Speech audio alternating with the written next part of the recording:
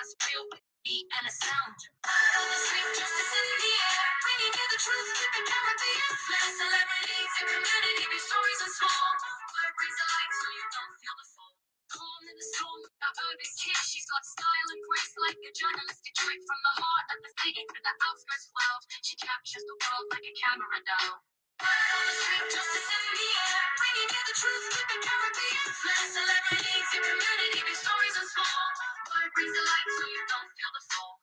Calm in the storm of that urban key. She's got style and grace like a journalistic trick. From the heart of the city to the outskirts wild, she captures the world like a camera dial. Word on the street, justice in the air, bringing you the truth, keeping Caribbean flair. Celebrities and community, big stories and small. Word brings the light so you don't feel the fall. She paints a shape that aren't black or white. In the ink of her stories, there's always some light. No matter where you are, you'll hear her call, echoing the truth, standing tall. Word on the street, justice in the air, bringing you the truth, keeping Caribbean flair. Celebrities and community, big stories and small. Word brings the light so you don't feel the fall.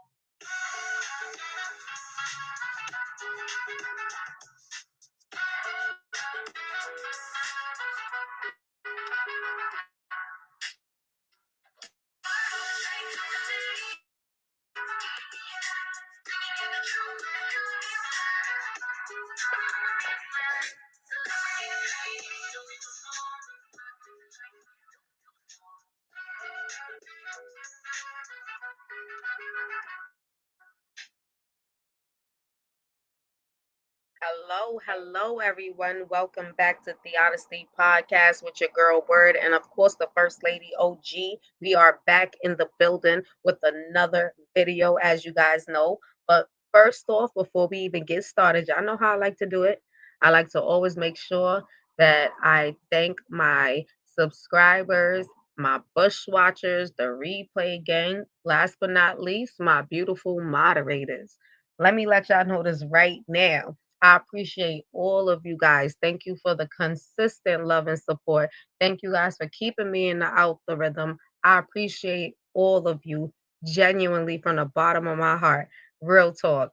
With that being said, y'all, make sure you guys go and subscribe to Marta the Smarter. If you're not subscribed, she does virtual assist right here at 10:01 a.m. in the morning. If you are a new content creator, if you are old content creator and just want to be able to know how to put out new content where you need to be at 10:01 a.m. if you ain't nowhere else, is in study hall, Marta the Smarter, and everything you need, she gonna give it to you for you to get where you need to be. With that being said, guys, don't forget to check out Savage Royalty, True Crime. She's right here on YouTube. She's a phenomenal young woman. And when I tell you, you won't regret it. She definitely dives deep. She has things that she's able to tap into to actually bring you guys things that's happening on scene, real time. Like, trust and believe me, if y'all like what I do, I know you're going to love what Savage Royalty does. So go check out Savage Royalty right here on YouTube. Savage Royalty, True Crimes. Last but not least, don't forget to check out Hollis Boy's First Lady OG is Auntie's house. Make sure you guys are subscribed. If you're not subscribed, run over there and subscribe right now. And don't forget to hit that notification bell. Because I promise you, when the First Lady OG goes live, you guys would not want to miss a live. With that being said, I have the beautiful First Lady OG in the building already. So I know she always likes to greet her beautiful people and talk to y'all and vibe out. So I'm going to let her take over. First Lady OG. Peace, love, and light, everyone. Welcome to the Odyssey Podcast segment, Word on the Street with the host, Word Justice. Justice in the words that she speaks. Okay, and I am the First Lady, the OG, aka The Voice. We all know the voice stands for the visualizer of opportunity for inner city children everywhere. Shout out to the Bushwatchers. Shout out to the replay gang. Shout out to the supporters. Shout out to the subscribers. Shout out to family and friends. Shout out to the moderators in the building. And thank you to everyone that comes through and shouts us out. Triple, Sonia, Hank, Billy. Like every time we go live, they always come through and show us love. So we definitely want to throw that love right back. Again, y'all already know. Follow me here on YT at I am Auntie House.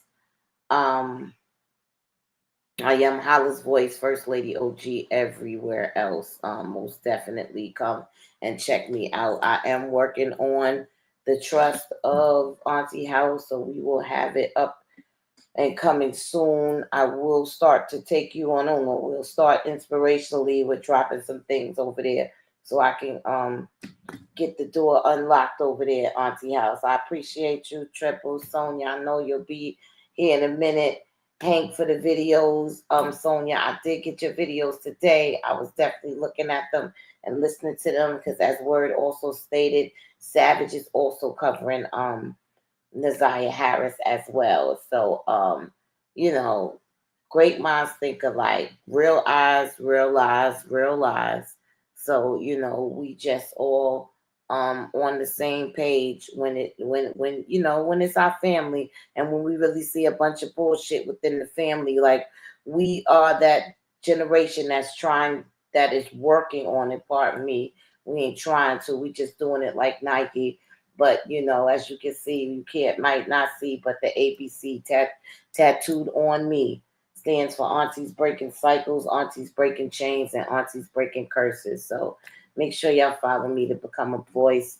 Thank you for supporting Word Justice and me. And stay tuned. And we out here trying to save the world together. And the only way we can save the youth is by telling them the truth. So become a voice and rock with your girl.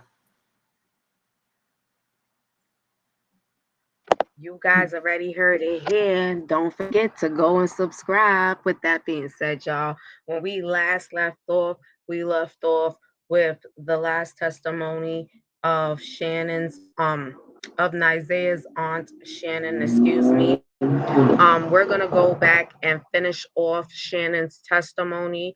I'm gonna run it back. Those of you who are not familiar, or wasn't following the case too much, it is a case that is well known. This young lady's body, Niziah Harris, is still missing. They were able to charge this gentleman, Javis Butts, with her disappearance because of the mounting evidence that was um, pointed towards him being the one that may have been the reason of her disappearance. We're going to dive into listening to the aunt of Niziah Harris, which is Shannon Harris, and she is testifying at Jarvis Butt's preliminary hearing, and she is the baby mother to Jarvis Butt's 5 children. So she has 5 children with Jarvis Butts. With that being said, let's dive in to the preliminary hearing, y'all. To your knowledge, does I ever touch Jarvis? From my knowledge, no one unless I will have her to text. But to your knowledge, you didn't know of any kind of separate outside relationship? No. Would there ever be times where, where did you know Jarvis Butts to work? Pardon? Where did you know Jarvis Butts to work? Where did I know him to work at? Yes. He worked at 2 different locations. The first location would be on East Warren, and the other location would be on Gratiot and Connor. And what were those locations? Those are the auto repair shop. Okay. Would you ever desire to help Jarvis Butts at the shop? Yes. He will call me and say, hey, if I can get our daughter and Naziah to come and work up at the shop. And I would say, let me ask my mom first regarding Naziah. And which daughter of yours would that be? That would be my oldest, Janiyah. Would you ever know Naziah to go to Jarvis's shop alone? No.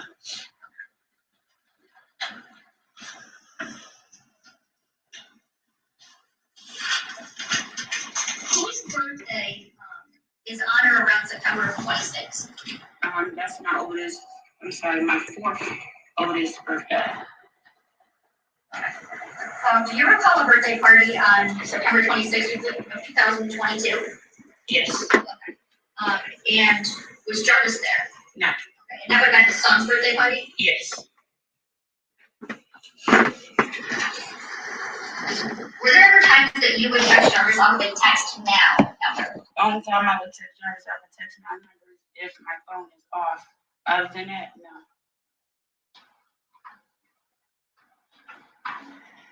And do you recall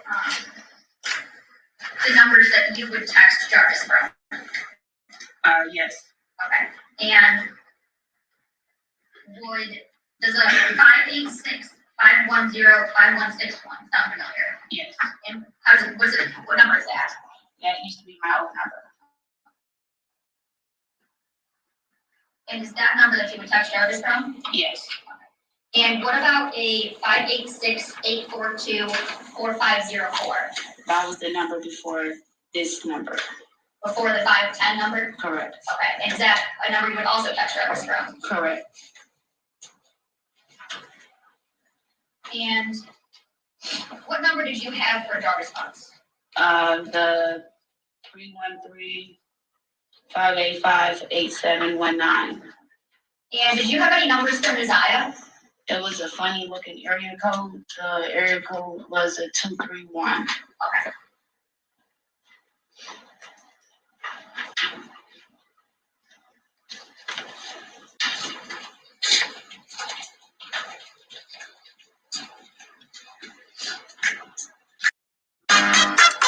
All right, hold on, y'all. In the meantime, until this intermission happens, we're gonna just stop right there. She's given right now all the details in which she knows in regards to her baby father Jarvis Butts. And I just want you guys to listen to what she says. She would ask Naziah to contact him, but she had no other knowledge of Naziah contacting him besides that, which makes no sense at all. But let's continue. Hold on, guys. Give me 1 second. Going through all this motions. Some messages from People's Exhibit 16. Let me ask you some questions about that. Okay. Then may I approach? Yes.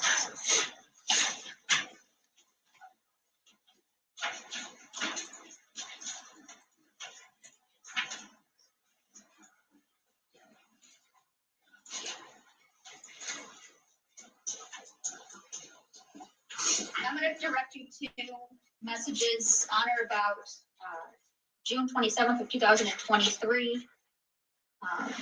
Do you recall those messages? Did you send any of those messages to Jarvis Butts? No. Okay. And do you know, I believe there's a phone number here that's highlighted. Whose phone number do you know that to be? Javis Butts. Okay. And you don't recall ever sending any of those messages? No. Okay. And now I want to direct you to messages from June 28th of 2023.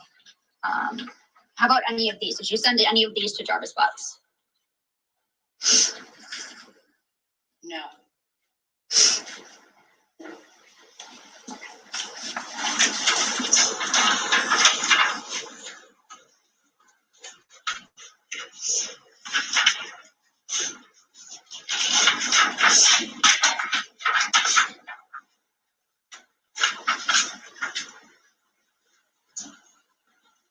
What about any messages from July 2nd of 2023? Did you send any of those messages? No.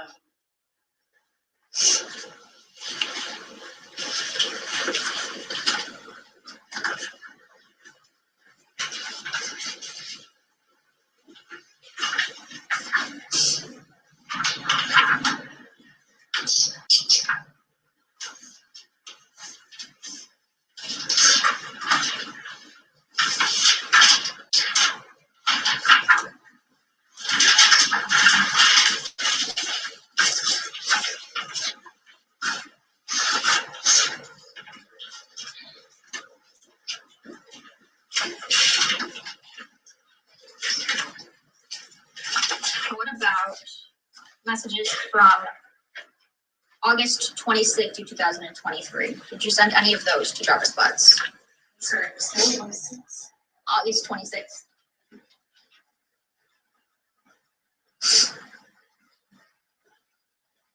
No, these aren't my messages.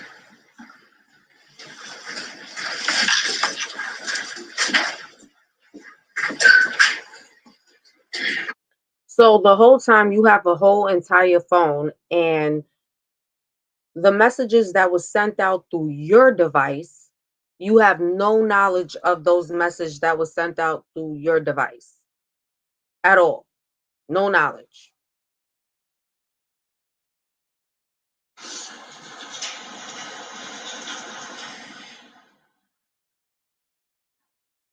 Did Jarvis Butts ever tell you that Desire texted him to meet up on January 9th, 2024? No. Did you tell Jarvis Butts about not being able to locate Nasiah on January 9th, 2024? Yes. And tell me, how did you tell him that? I called him. He didn't answer. I sent him a message asking him, has he seen Tula any whereabouts? And he said no Tula, and he responded back. Oh, wow. I didn't hear what you said. Last part. Last part, I had, Hold on 1 minute, guys. Give me 1 second.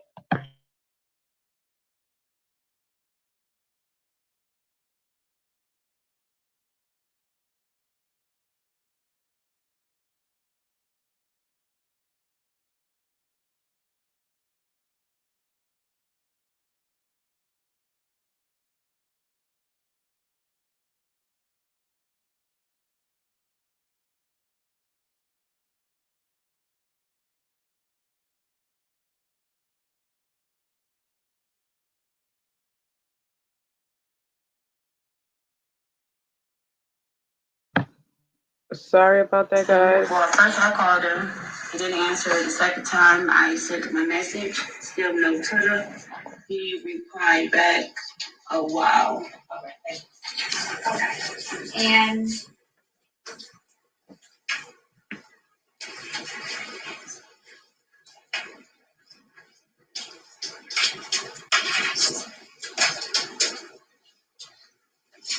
I wrote, yes. And for record references, I'm showing you what's going to be proposed. People seems like at 48. Ms. Harris, those text messages that you just referenced, do you see those on this page?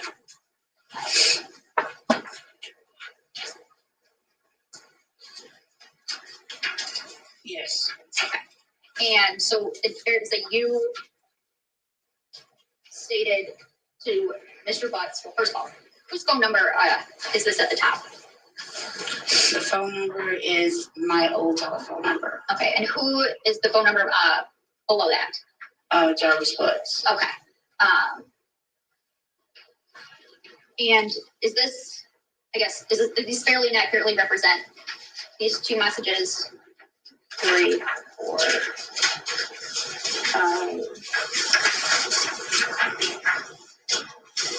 6 messages sent between you and Mr. Butts on January 9th, 2024 through January 11th, 2024.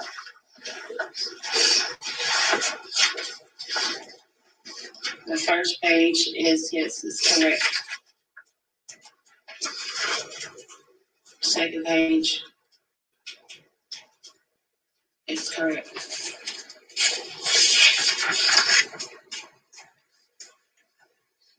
Yes. Okay. And so January 9th, like you had indicated before, you had stated that you told him that there was still no ton-up. Correct. Okay. And you said he responded, oh, wow. Correct. Okay. And on January 11th, was Nasiah still missing? Yes. Okay. And did you ask Mr. Butts to do something? I just asked that if she could read from the text message, just. I can. No, Judge. Did these fairly and accurately represent text messages between you and your phone to Jarvis and his phone between, well, they start back earlier, some from December 3rd, 2023 through January 21st of 2024? These fairly and accurately represent text messages between you and your phone to Mr. Butts and his phone? Yes. Okay. You're not moved for the admission of people's proposed exhibit 48? Gotcha. Thank you, Judge. So on January 11th, did you ask Mr. Butts to do something? Yes. And what is it that you asked him to do? I asked him, can he share the missing flyer on his Facebook page? Okay. And did you send him a copy of that missing flyer? Yes. Okay. And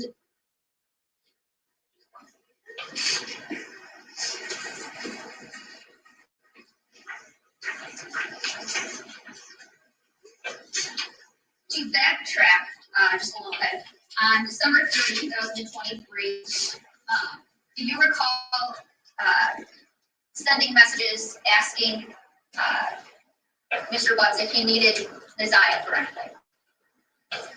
Yes, I do remember. Okay. So do you remember this text on the first page of People's Exhibit 48? Yes, I do remember this message. Okay. And did you send that message? Yes. Okay. And what did the message say? To the said, do you still need?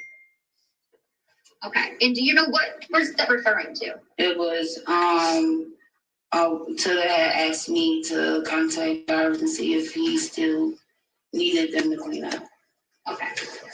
And that would be to clean up his shop? Yes. Okay. And to fast forward, on January 21st. Let's stop right there.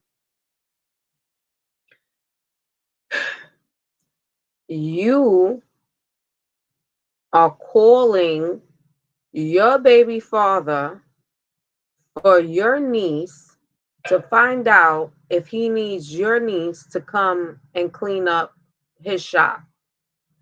But what makes it more, it sounds normal to a person, right? It may sound a little bit normal, like, oh, okay, she probably want to make a little change or whatever, whatever, okay, right? Would sound a little bit normal, but it's not normal as you being the aunt, knowing that he had a history of pedophilia before even having relations with him. So it should have never been your niece being able to ask you to call a man that you know is a pedophile before you had 5 children to find out if he needs your niece to clean up his shop. All right, let's continue. I'm sorry, y'all. Very bothersome. Very, very much bothersome. 2024, you sent some messages to Mr. Butts. Is that fair to say? Yes. Okay. And can you read these last 3 messages? These last 3 messages is to be honest, these messages are seen into the inbox to you. I really don't know what to believe anymore. Stay away, Ramon. I mean it. The next message is I don't know what to say or Tilla is on. Says this shit doesn't sit right with me. Call it what you want. I'm good, period. It says this for life. Nigga, I thought about it. And you can pass it.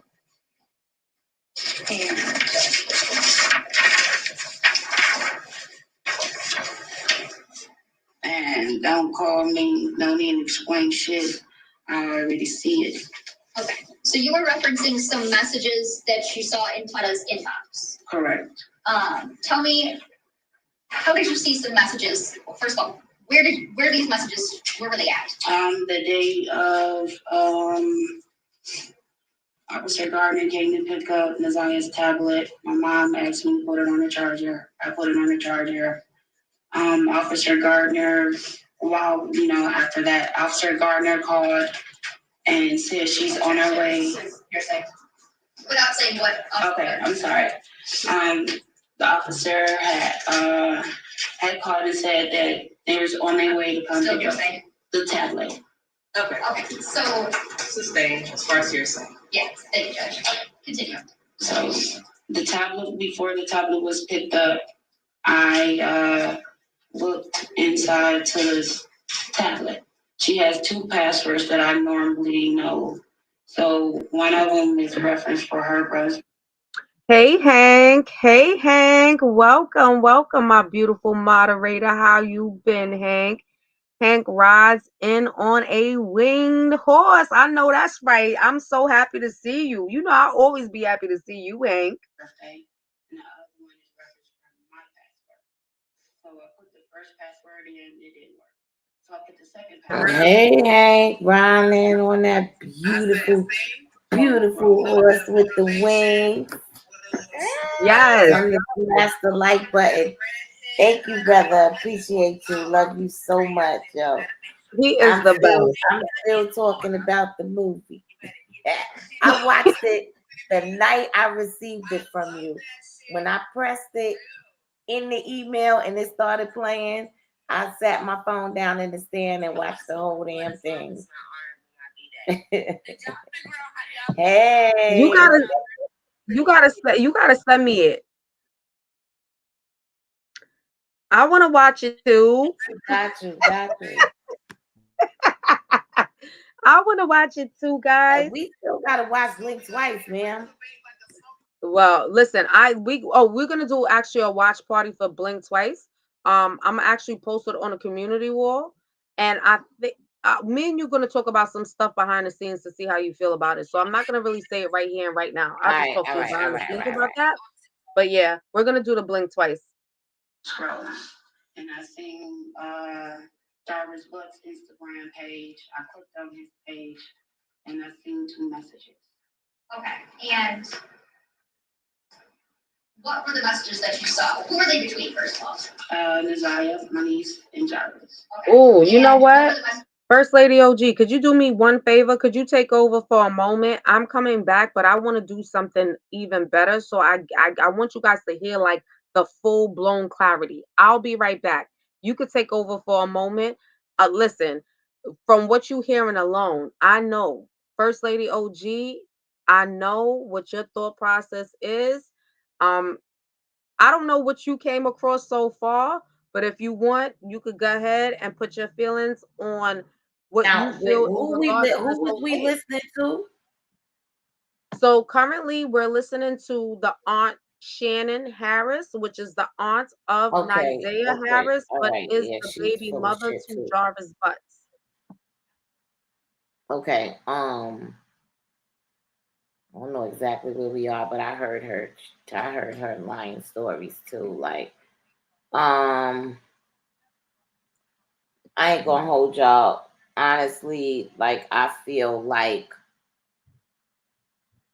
he should definitely, go down for his sexual situations, most definitely.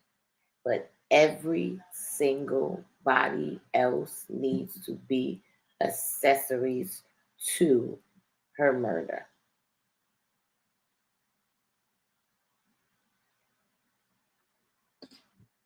Straight like that.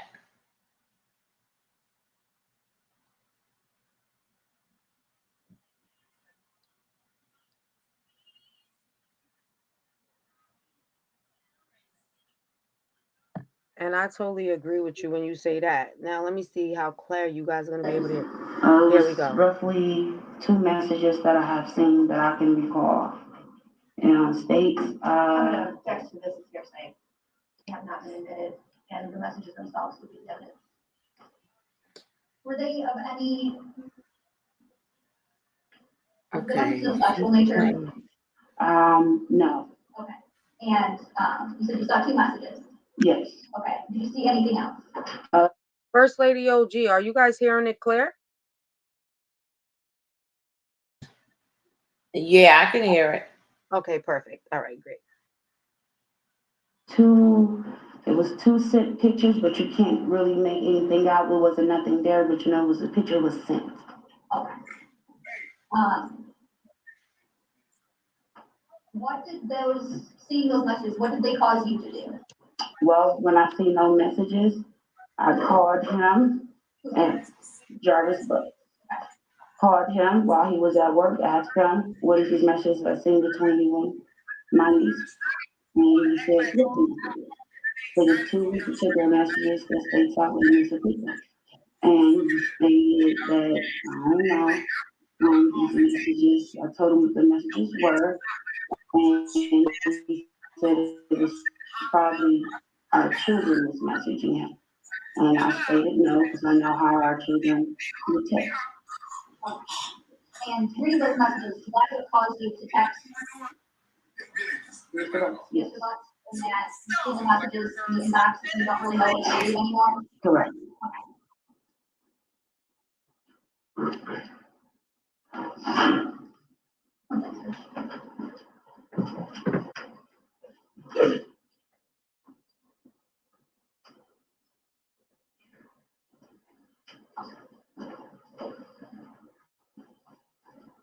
So before they go any further, so if you've seen inappropriate, first of all, let's make this quite clear. This is just where we left off from where I finished off with Shannon Harris on the testimony, on her testimony speaking in regards to what she knows when it comes down to her niece.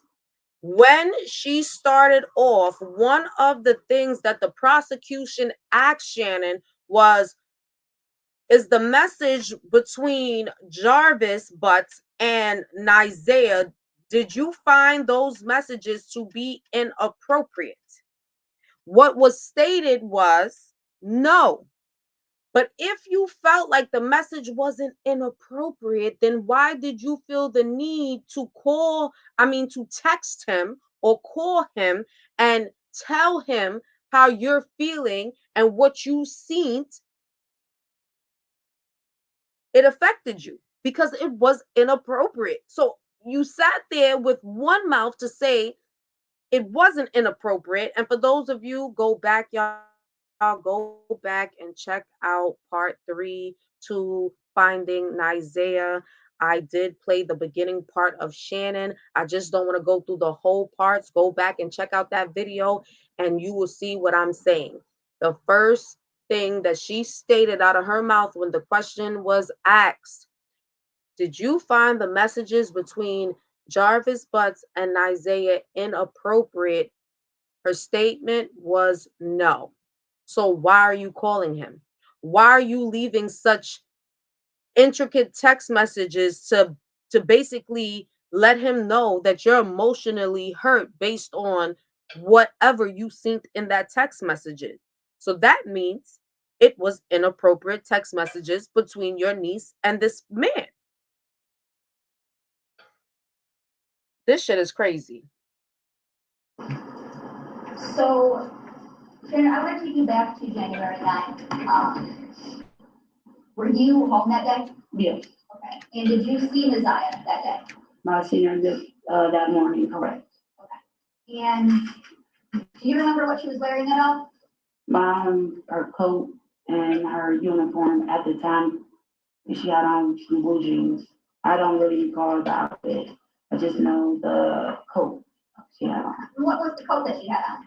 She had on, it was a 90s coat with all the characters on it. And you recall seeing her wearing that the morning of January 9th? Correct. Your Honor, may I approach people's already exhibit 2? Yes. I'm going to show you people's exhibit 2. Can you tell me, do you recognize a coat in this photo? Yes. And whose coat do you recognize that to be? Messiah's. Okay.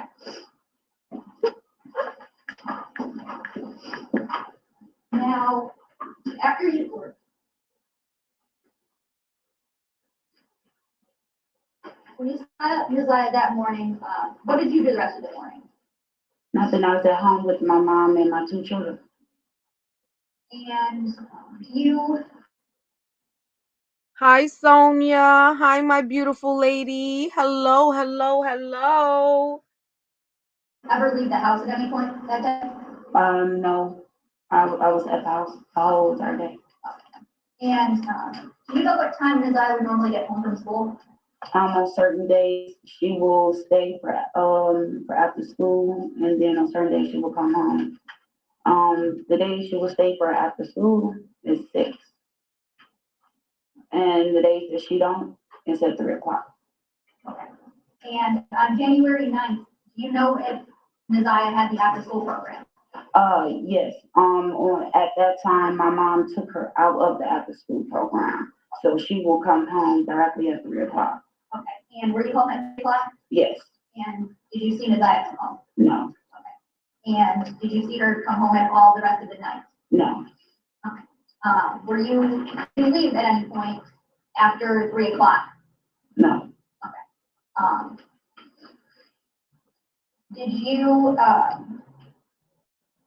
when Naziah didn't come home, did that cause you to experience or feel any type of way?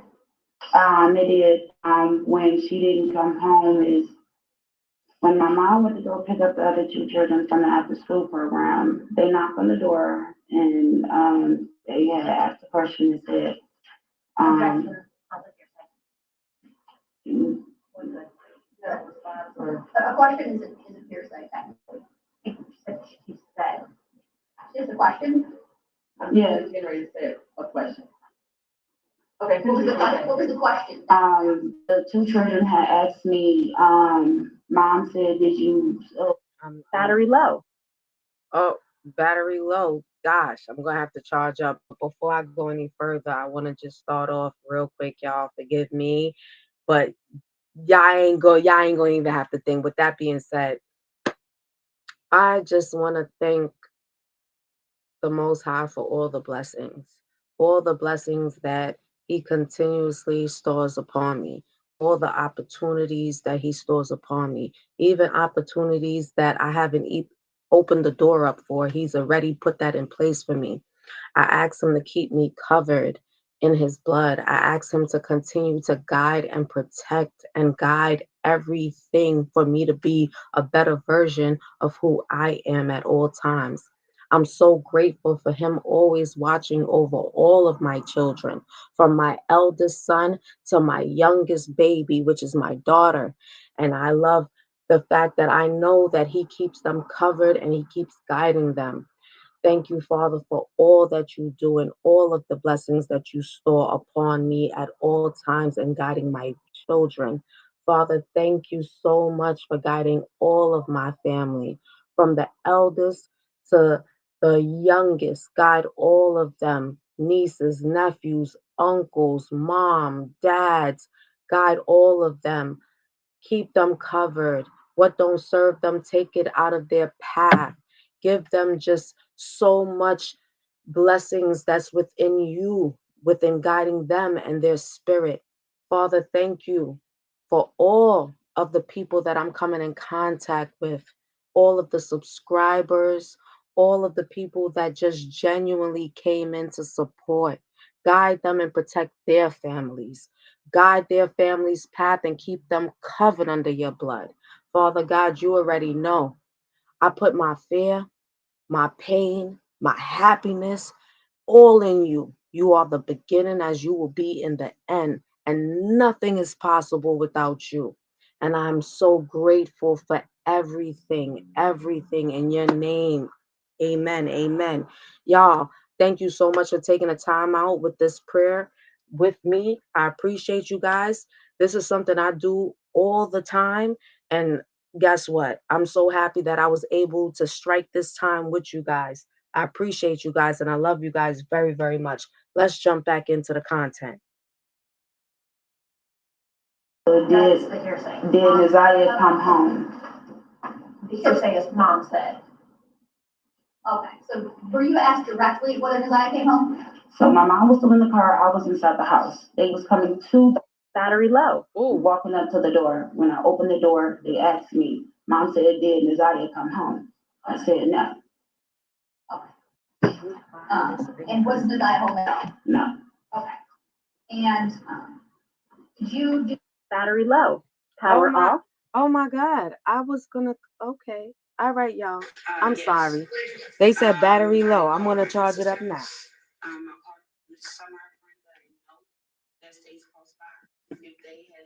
Desire, heard from Desire and everything. And when I reached out to my sister, she said no. Her friend said no. So after that, I asked my mom if she will call police. She said no, she will take it up in the morning.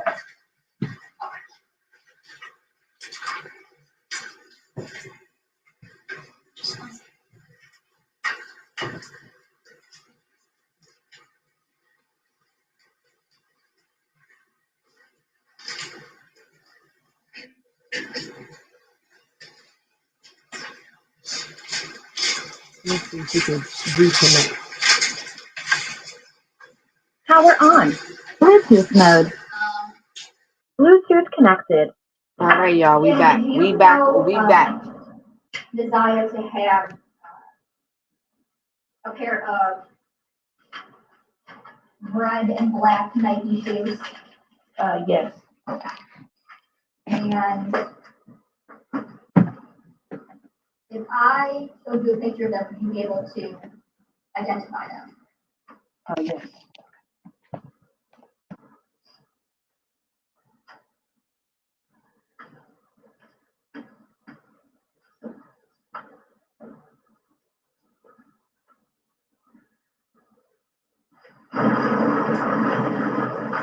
Brenda, may I approach? Yes. And for the record, this is going to be from People's Proposed Exhibit 14, and it'll be picture 34. Do you recognize these shoes? Yes, that's a pair of shoes that my mom bought for to the birthday. Okay, thank you.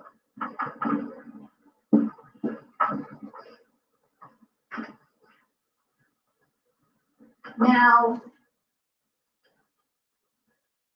back on the 9th, you said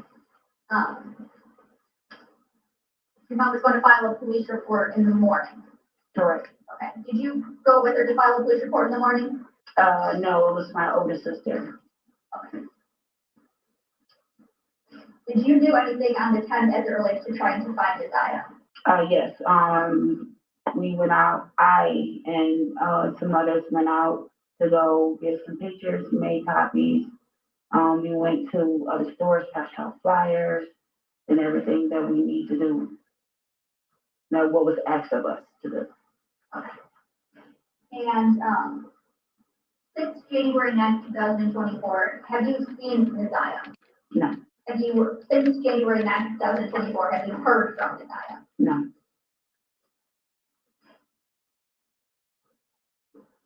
Nothing for that this time, Judge. Thank you.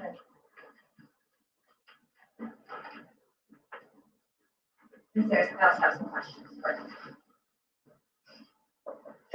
you. You and Mr. Butts have been, or you've known him for about 12 years? Correct. And fair to say that you were in a dating relationship with him most of that time? Correct. But towards the end, like last year, it was more off and on. No, it was on and off for years. For years, okay. But you have 5 children with him? Correct. And this relationship that you had with him, even towards the end when it was on, it was a sexual relationship, right? Correct. Sometimes you go to a hotel to have sex with him? Correct. Yes. And that hotel was the Park Reston? Or the Sure Point. There's more than one? Multiples, yes. Okay. But one of them was the Park Rest? So yes? Correct. And then it says in Harper Woods? Correct. On Harper? Correct. Okay. Do you know if Mr. Butts, or do you suspect that Mr. Butts has taken other women to those motels also? Correct. You do? Mm-hmm. I believe you said that you have, of your 5 children with him, 2 are girls? Yes. And 3 are boys? Correct. And in January of this time, well, January 2023, you were living with your mother on Bedford, correct? Correct. Prior to that, were you living in Clinton Township? Correct. When did you leave the Clinton Township home and move to the Bedford home? October 23.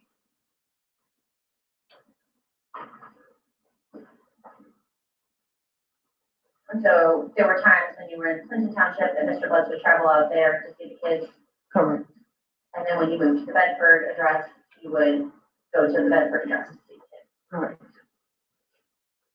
And then the Bedford address is when Desire, correct? Correct.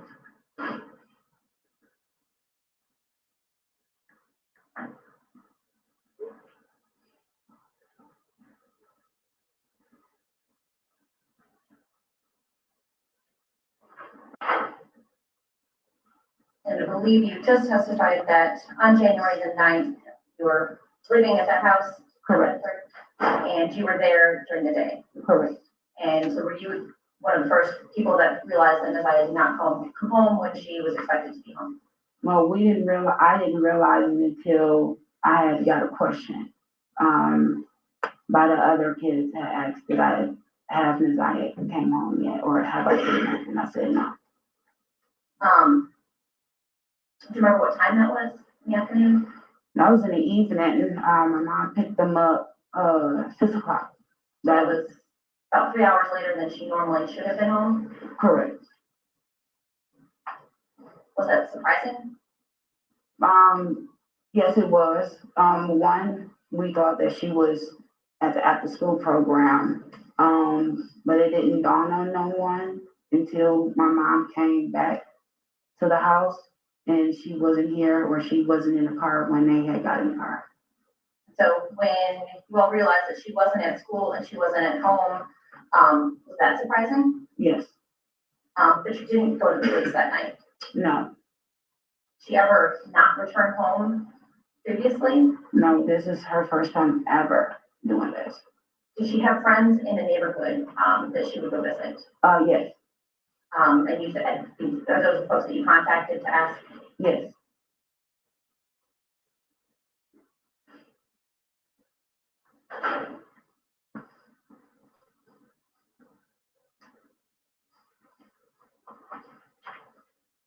You were just shown a pair of red and black Nike shoes, right? Correct. And you identified those shoes as being Desira's shoes. Is that correct? Correct. It's a shoe that looks like the shoe that Desira's wearing, correct? Correct. You can't say for sure that that exact shoe came from Desire, is that fair to say? Correct.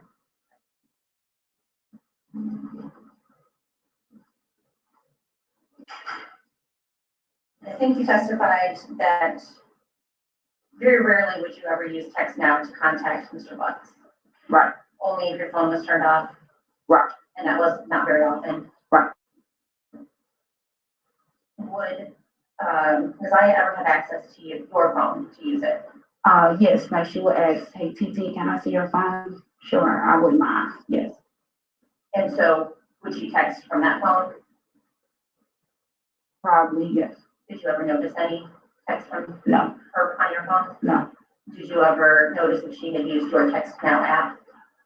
No, the only time when I would notice something is say if me and Jarvis would we won't be on the same page seeing eye to eye, and I will call him and he said why you will call me or like why you continue to keep calling me, and I would say I haven't called you all day or in 2 days. Then I will go ask my kids like, hey, are y'all calling your dad? Because I haven't called him. And until you looked in Desira's Instagram account, did you ever notice anything on your phone that caused you to be concerned? No. Between Desire and Mr. Lutz? No.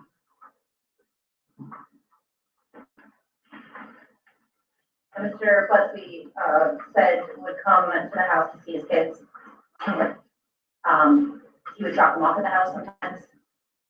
He would take them places. Yes. He would pick Janaya up from there.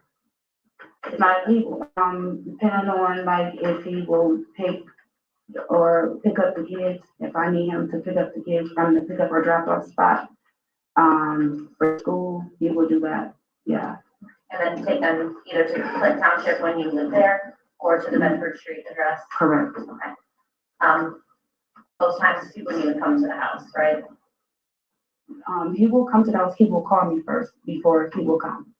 Would he come into the house physically, or would he sit in his truck outside? 50%. He will sit in the car and wait till the kids come outside, or he will knock on the door.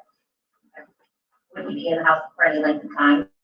Only if I'm inside the house. Like he was visiting with you? Yes. So you never knew a time that Mr. Butts would have been alone in the house with Messiah? No. Can't think of a time when he had been in the house and had gone down to the basement with her? No. Or any other room in the house alone? No. Would Mr. Butts have ever been in the house if another adult, like you or your mother, weren't there? He will, what you said. Would Mr. Butts ever be at the house if you or your mother weren't there? No, it will be me or another person.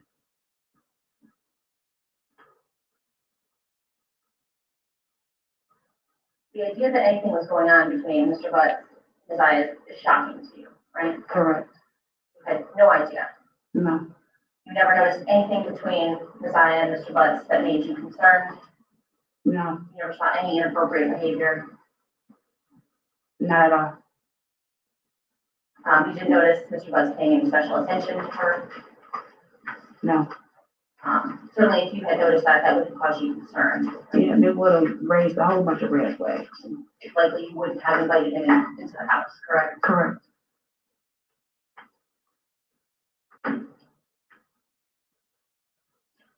You found it hard to believe even that Mr. Butts would hurt Messiah. But I won't know. I don't know what he will do if a person's back is up against the wall. But the thought of that was hard for you, at least at one point, to believe, Yeah. correct? Correct.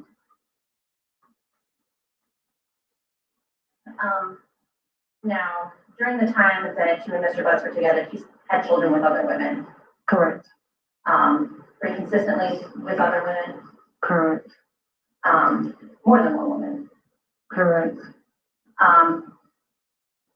Some of those women you actually knew about, correct? Correct. They lived kind of even in the same neighborhood on the east side. Correct.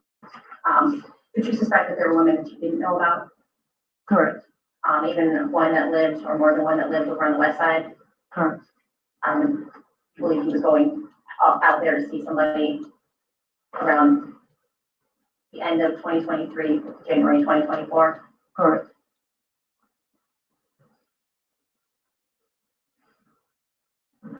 Before January the 9th, you had a conversation with Messiah about a location on Outer Drive in Belfort?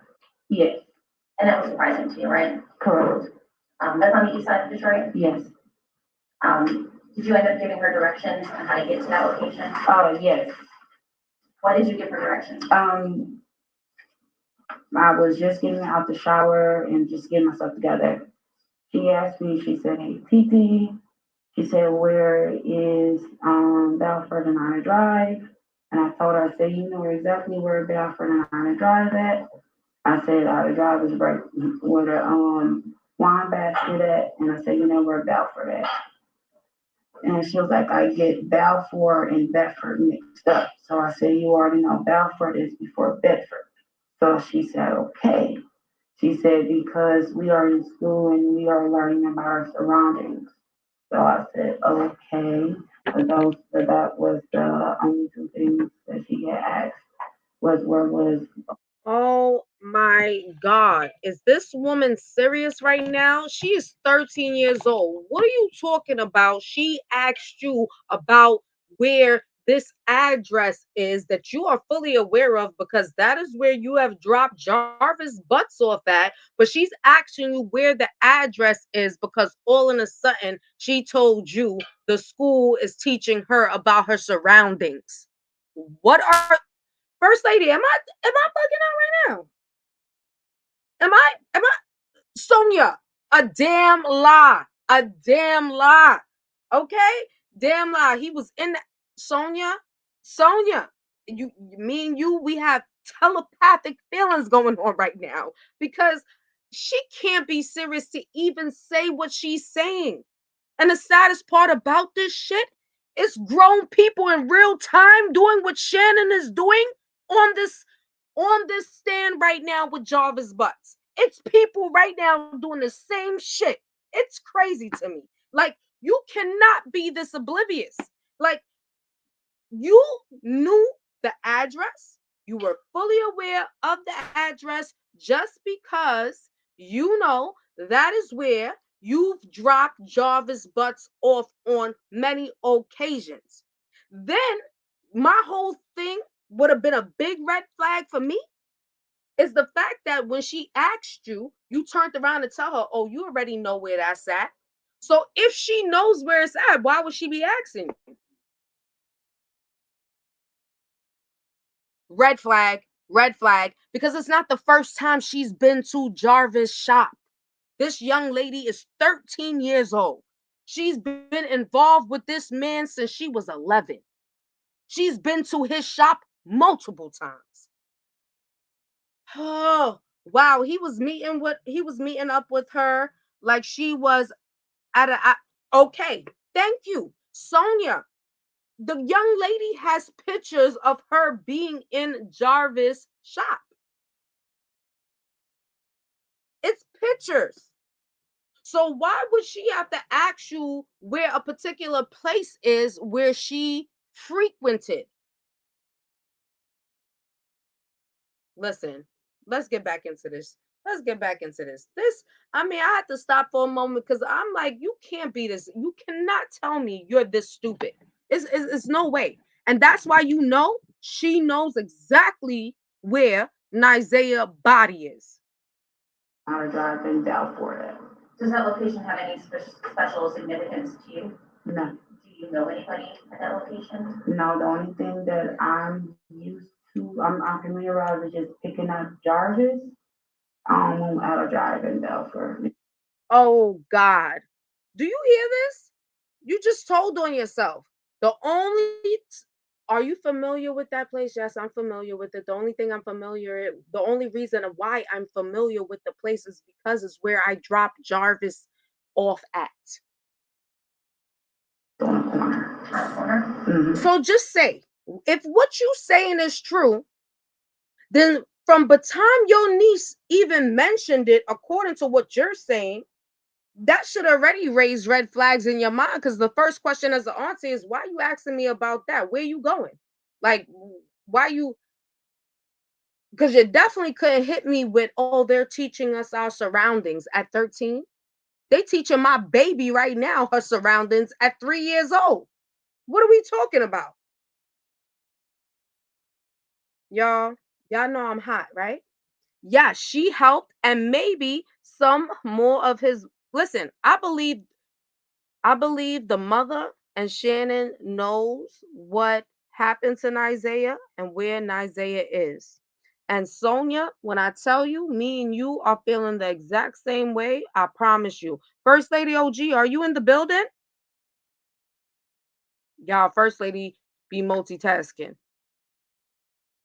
First Lady, you here?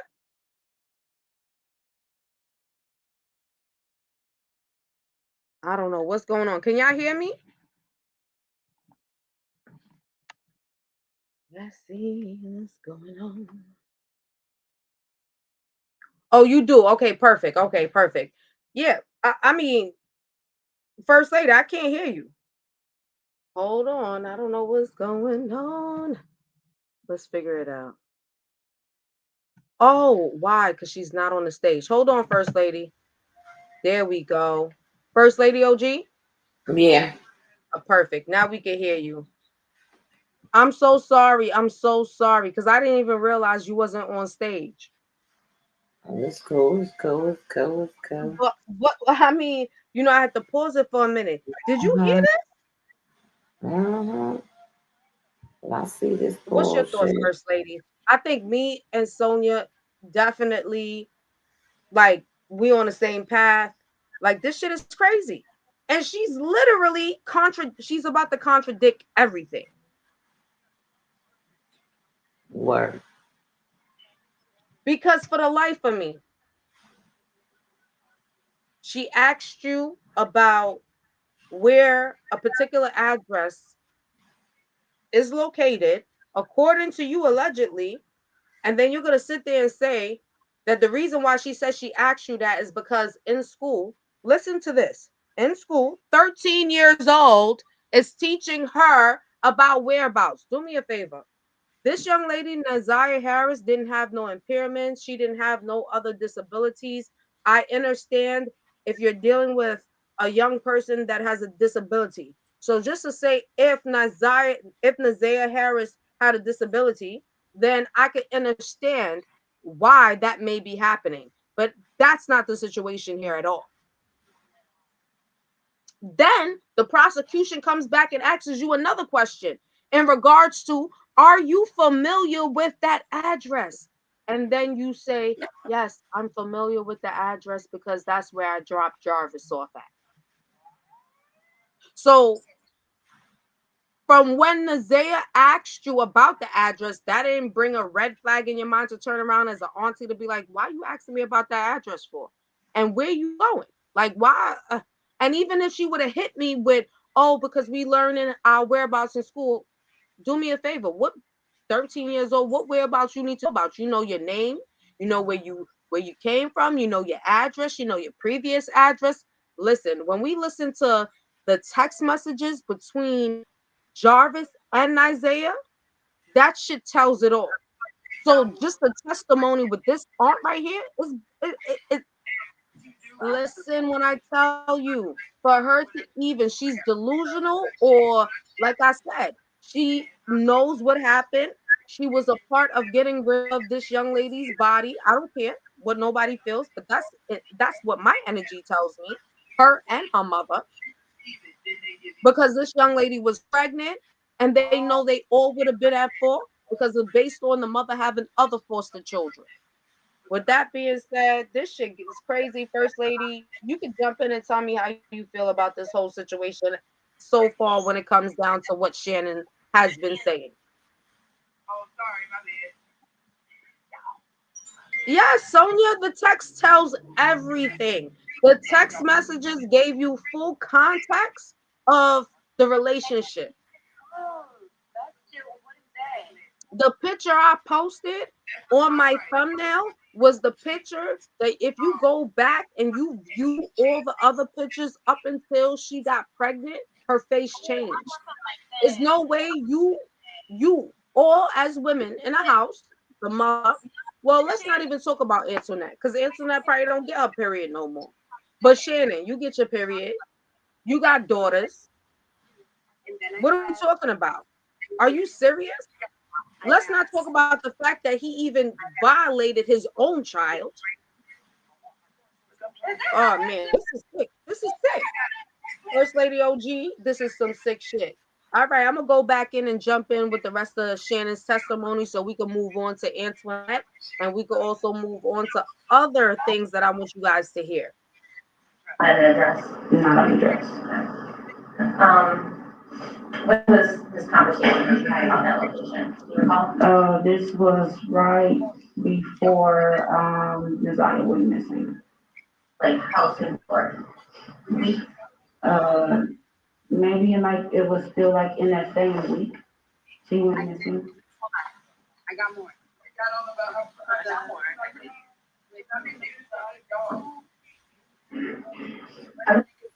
Mom, you gotta mute your mic. Hold on one second.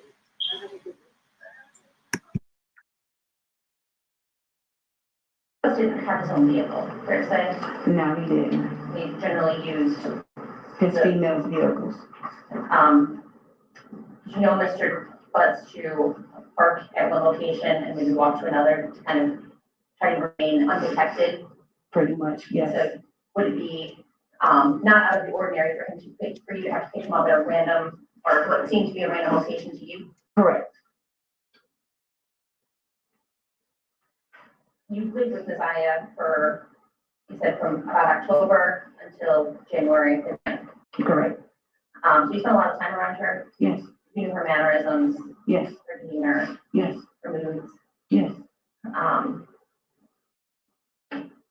Did anything strike you as out of the ordinary about how she was acting at any point in time in December or January before she disappeared? No, Nazaria, nothing has changed. Her character, none of that. She was just the same on Nazaria. Nothing is different. Messiah is a brother, right? Yes.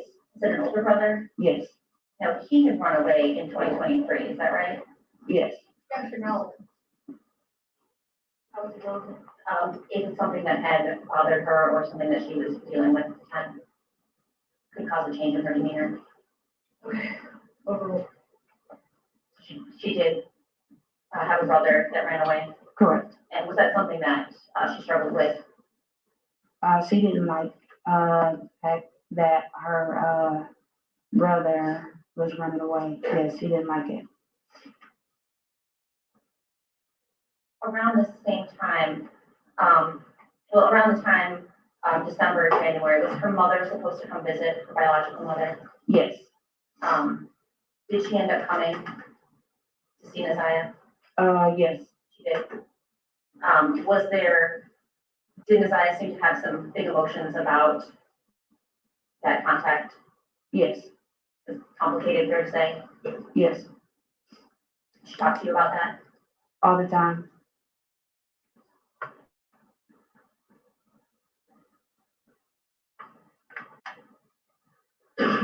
Did you notice anything? You said you didn't notice anything in a changing mood. So No. what about physically? No.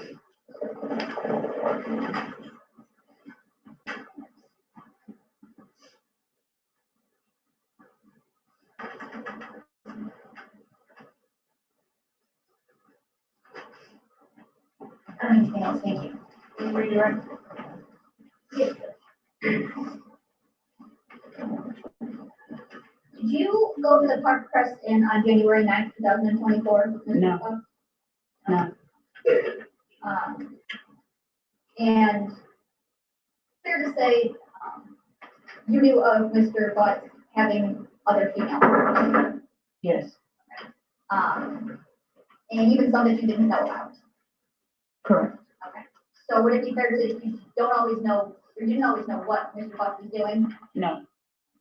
You couldn't account for his whereabouts every minute of the day? No. Did you know him to, one of those cars that he would use, did you know him to have a white Escalade type truck? Correct. Yes. And you were asking questions about Outer Drive and Southwood. Fair to say, from what I gathered, the only connection you have to that area is Jarvis Box. Correct. Okay, so he's the only one you would associate with that area. Correct.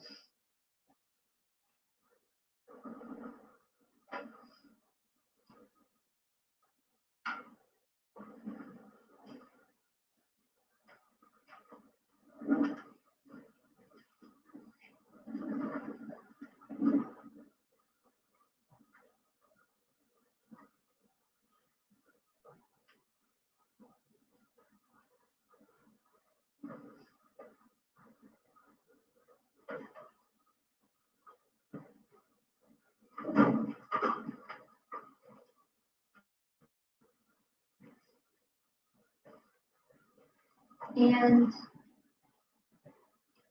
you knew Mr. Butts to have other children. Correct. Okay, and you knew him to have clearly gotten other women pregnant.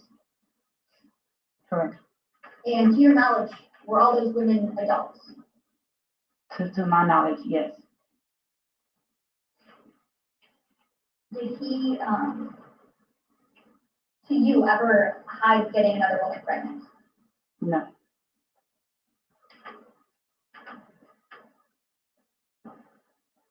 Nothing for the record. Okay, if you are going to testify, please watch that.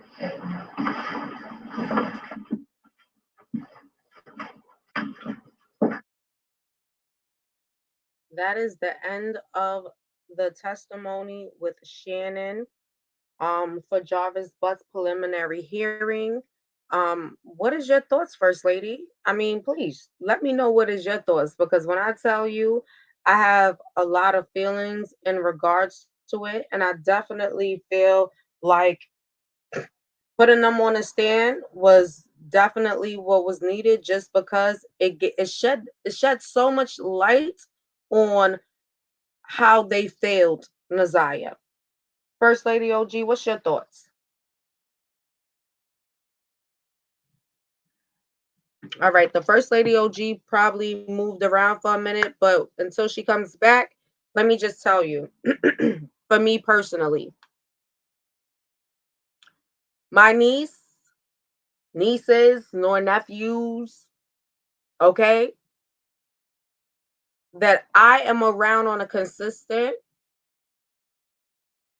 if I notice anything that is inappropriate, not supposed to happen, and let's make this quite clear from the beginning, I don't give a shit if I was 18. Even at that tender age, you can't tell me if somebody tells you that they have charges for pedophilia that no red flags go up.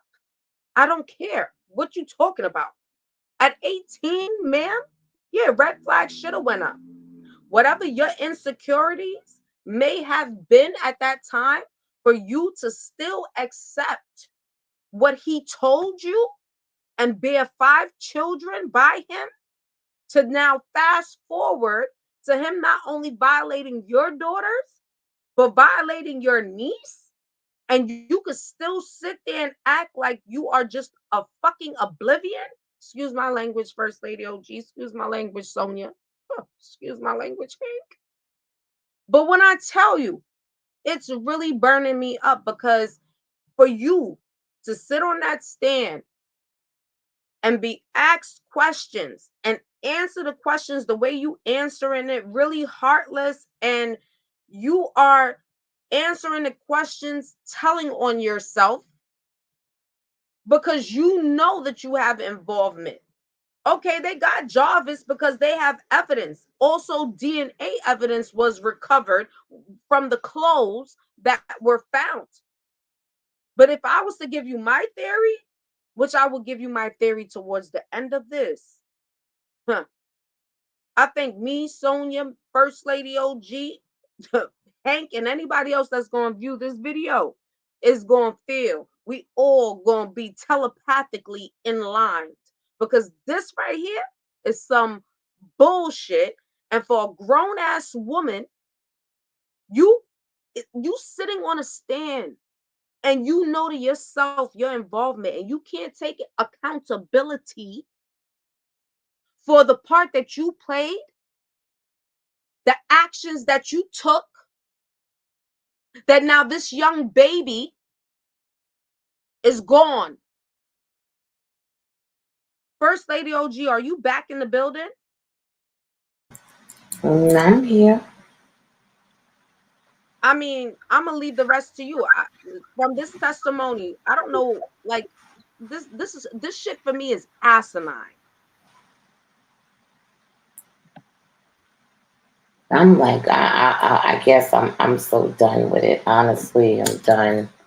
I guess maybe I've been watching it too long between us doing it, staying on with Savage for a week, doing it. Like, I'm just so over it because,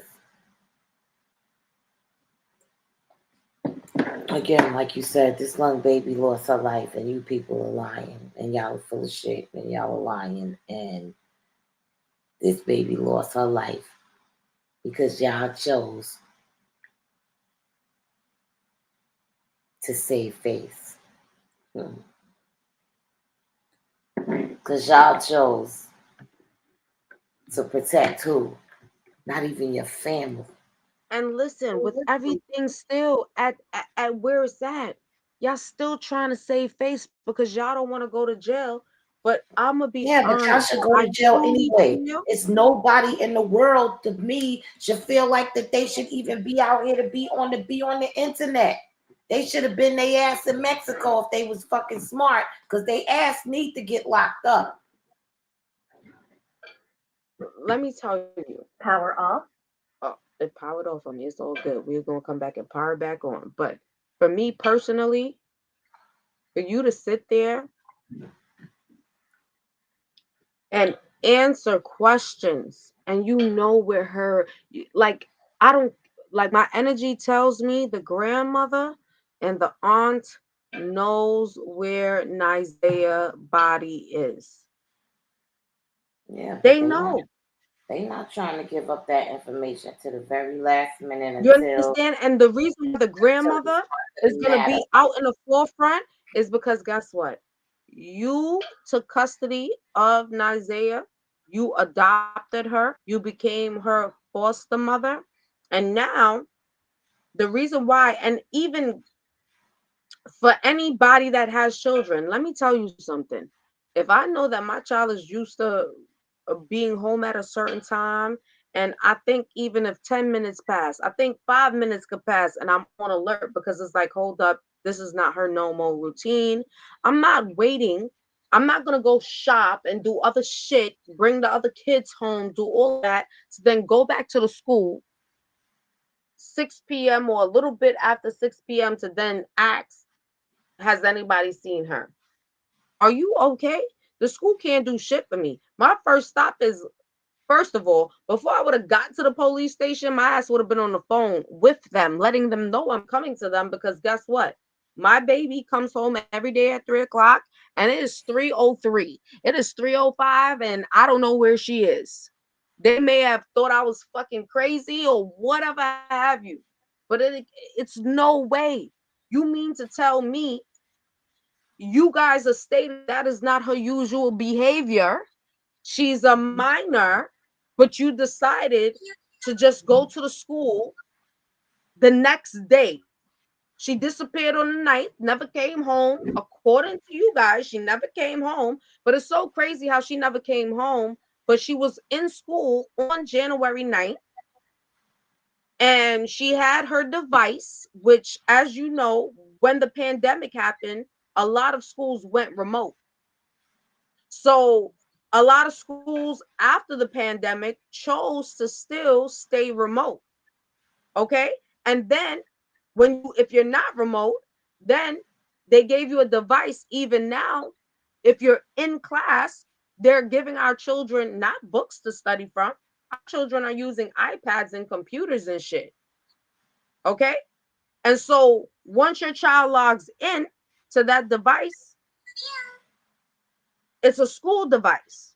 She was in her classes on January 9th. She had her iPad because that's what she worked out of, the school iPad. So, how did the iPad end up back at the house if, according to y'all, she never came back to the house? This is not her regular iPad. This is a school iPad. For those of us who have children, or know what it gives, our children was sent home with iPads during the pandemic, school iPads, for them to do virtual remote learning.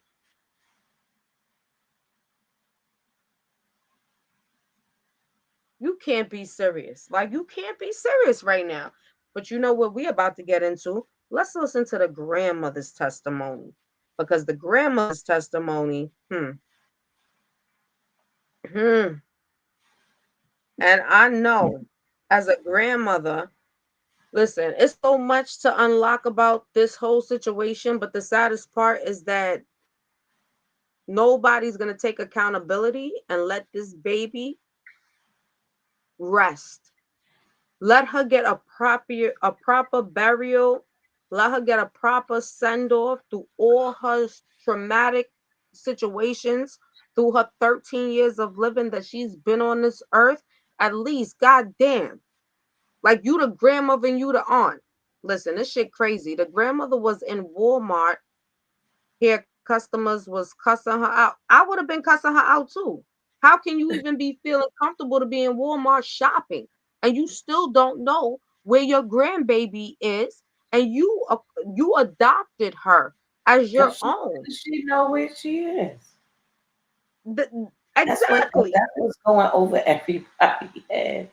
And I don't This is mean to my be thing. bad. And that's why I I'm said, just this is why saying. they were so, and you know what's so crazy? We're about to listen, after we listen to all of this First Lady OG and we break it down, we literally, it's in plain sight to show you how they orchestrated it. But the only reason certain plays that they did was trying to make sure that they covered their tracks.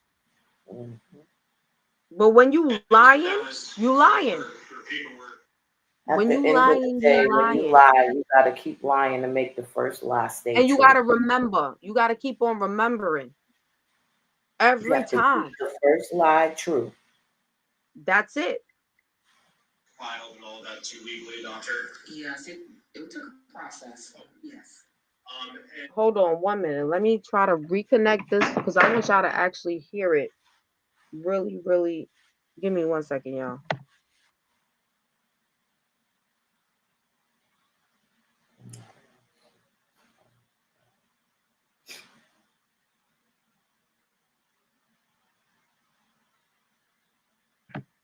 Now, this is Antoinette Harris, the grandmother of Annette, Nigea Harris. This is the testimony of the preliminary hearing of Jarvis Butts. Back in January of 2024, did Messiah live with you? Yes, I don't want to know the specific address, but what street did you live on? Bedford. And is that in the city of Detroit, Wayne County? Yes, it is. How long had Messiah been living with you at that address on that? Oh, wow. Yeah, basically, I mean, ever since I had her, Since 2016? well, we moved to another house. Okay, when did you move into the Bedford? Let me see, 2019, we moved in that house and then moved in the house that I am now, which is still on Bedford. Okay. And did Messiah make those moves with you? Yes. And in January of 2024, at that Bedford location, who else lived there? Just me, the kids. My other daughter lived with me at the other address. But it was just basically me and my kids and Shannon. And who is Shannon? My daughter, And what's her last name? Harris, And she lived with you and Messiah and the other kids at the Bedford location? at the first Bedford location. Okay. At Yes. that first Bedford location, how many other kids in addition to Messiah lived there? My other two, my grandson and my other grandchildren. Okay. So how many kids total in that house? Um, Six. Should have been six. And you and Shannon, correct? Well, Living there. Shannon, she was there, but she wasn't really like there all the time. Okay. She would spend more majority of her time at my house, but actually Shannon had her place out in Clinton Township. And when you were there in January of 24, how old was Messiah at that time? January 24th, she had 13. She had her birthday in September. And was she going to school? Yes, she was. What school did she attend? J.E. Clark Preparatory Academy. And is that also in Detroit? Yes, it is. Just generally, can you tell us about your morning routine with the kids, specifically Messiah, about getting them to school and things like that? Sure. Okay. 6 a.m. That's when I get the children up. They usually get up, get dressed, prepare themselves. About 7:15, 7:20, we're basically saying prayer and we're loading up in the car. I'm dropping them off at school at 7:30. Breakfast starts at 7:30 and they like to eat breakfast at school. And does that include Messiah? You would drop her off at J.E. Clark? All together, yes. Now, I want to talk about, let me ask it this way. Did you know someone by the name of Jarvis Butts? Yes. And do you see Mr. Butts in the courtroom today?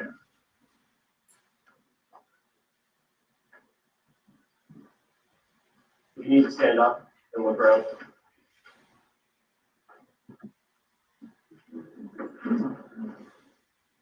I don't see him.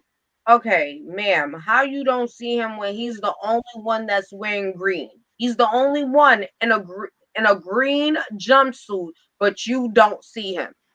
There is a rapper, there is a rapper here say he will pay for her home going if they, you know what? I did hear about the rapper that did say that he was willing to pay for her home going. Um, It was some GoFundMe that was put out by a family member to send her off with a memorial, even though the body has not been recovered. And you know what? We got a lot to dive into, Sonia. We got so much to dive into, but you hit it on the head. But guess what? The saddest part about it is the main culprits of this whole thing refuse, but at least give this baby a righteous home going. Let her spirit rest. She's been violated. Do you need glasses? Yeah, my daughter has my glasses. Okay, Judge, may I take a moment to go get your glasses? Yes.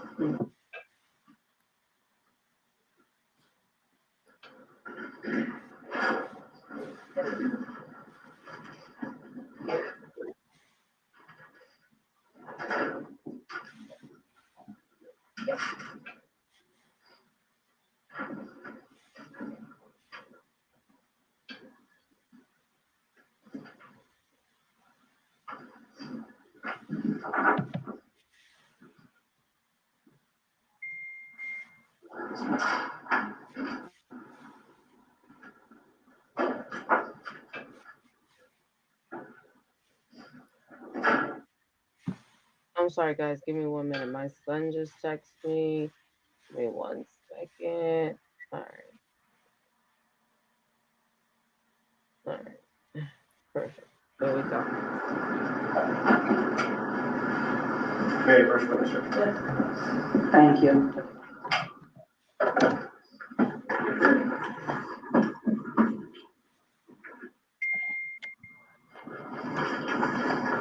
Maybe you could just stand up and take another look. Okay.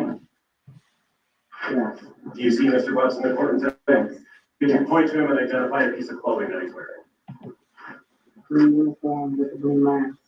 For the record, the witness has identified Javis Butts, the defendant in this matter. And may I approach the witness again, Judge? Yes. I'm approaching with what's already been admitted as People's 9.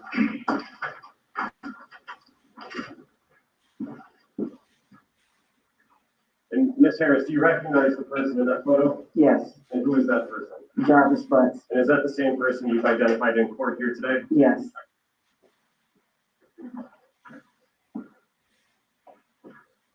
And Ms. Harris, how did you know Mr. Butts back in January of 2024? He's the father of my daughter's children. And is that daughter Shannon Harris? Yes. Okay. How many kids do they have together? 5. And would he come around your house on Bedford in January or the months leading up to January?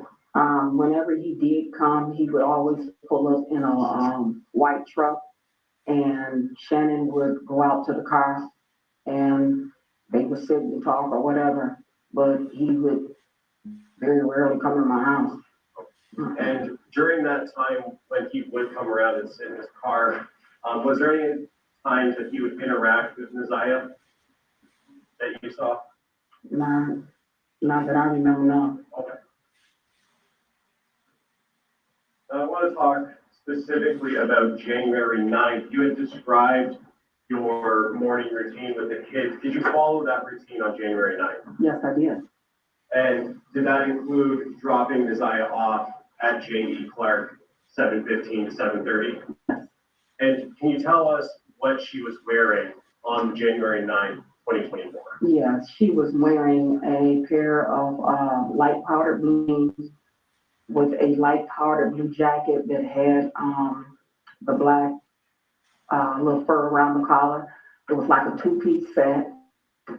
And did she have a sweater on or a shirt on or something? She had a shirt. She wore a shirt underneath it. And you remember, did she have any other clothes with her on the 9th when you dropped her off? She had her little blue sweatshirt with a little hoodie. She had that with her. And do you know how or when she got that hoodie? I bought that hoodie for her. I guess it was in the fall sometime. I bought it when I first. I mean, it wasn't nothing new. It was just one of her old hoodie jacket she used when she go to gym. Okay. And in terms of, if you know, the condition of that hoodie on the 9th, was it damage you anyway? No, it was fairly good, like, kind of like still new, because she took pretty good care of her things. Okay. Mm-hmm. May I approach her? Yes. Approaching you with People's Proposed Exhibit 12. Ms. Harris, do you recognize what I just handed you? Yes, And is that a picture of Messiah? yes. And do you know when that picture was taken?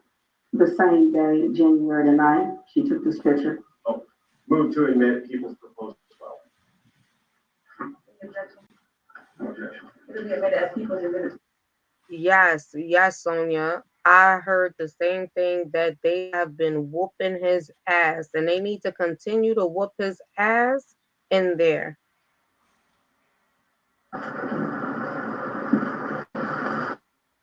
A good breakfast begins. Give me 1 second, y'all. So while this goes past real quick, let's just talk about the fact that when it comes down to pedophilia and you going to jail, and this is a very known and high classified case as of right now, oh hell yeah. And I understand that he went through situations in his childhood, and when you do go through the breakdown, I always tell people is either you go against the predatory behavior that was put on you, or you become the predator. And he became that predator. But overall, he understood right from wrong. The reason why is because there would be no need for you to cover up anything if you knew that it was okay and you knew it wasn't wrong, right?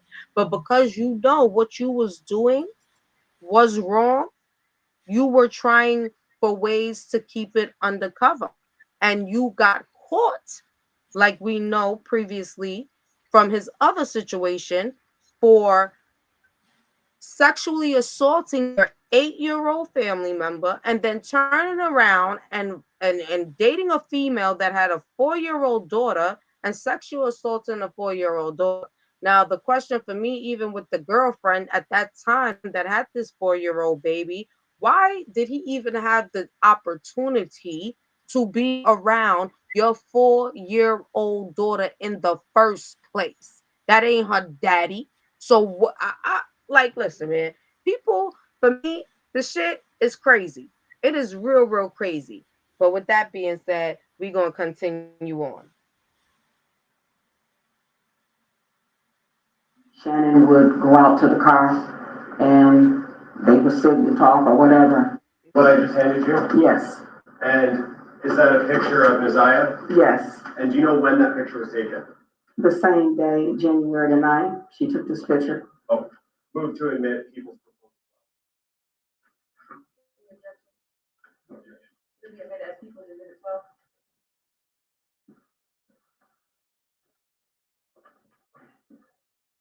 And when you dropped Messiah off at J.E. Clark, what was the routine supposed to be after school was over? Okay, well, when school is over, the bell rings at 2:40. Desire, was due, to come home. And normally, when the bell rings, 2:40, 2:45, she's getting on the bus. And that's what she normally did on other days? Mm-hmm. Is that a yes? Yes, I'm sorry, And yes. what time would she normally arrive back at home?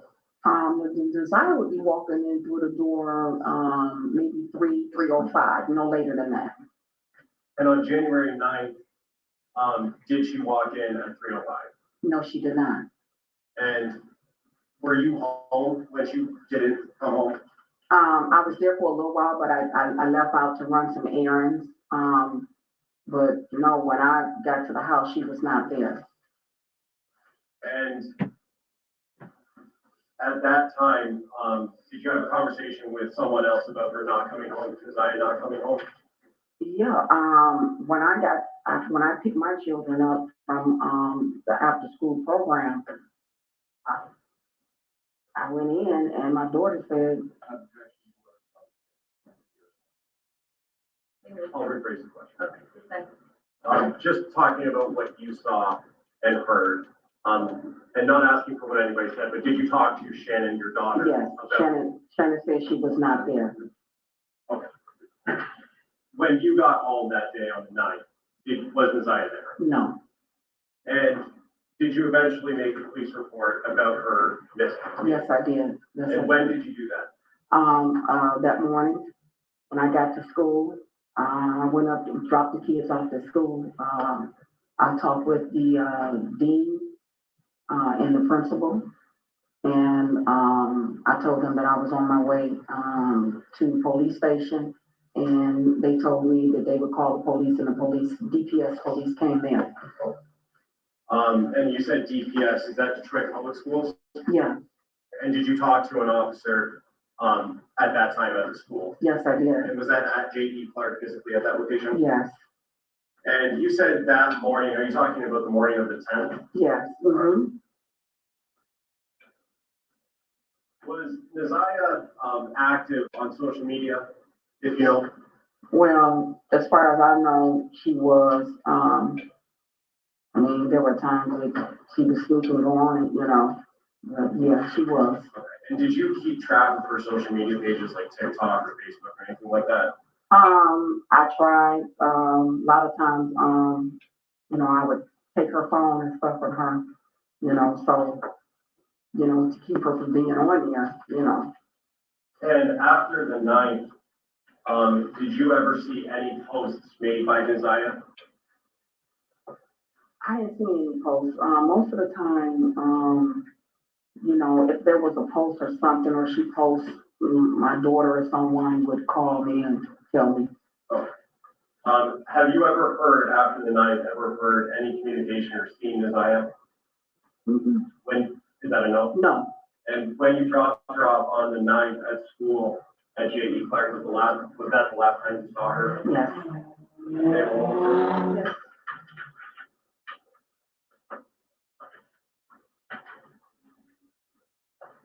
Just to follow up, I did forget to ask this. Her bus stop, how far from your house was that in walking distance? 5 minutes. Do you know where the location that she got dropped off at was, the address or the intersection? Right there at, 3 Mile Drive in Cornwall. And that's 5 minutes from your house? Yeah. And did Naziah have any nicknames that people called her? Where her family called her, Toodle, but I've always called her Glamorous. I've been calling her ever since she was born. Is it Glamour? Glamorous. Oh. Yeah, what was it? You said Toodle? Toodle. Mm-hmm.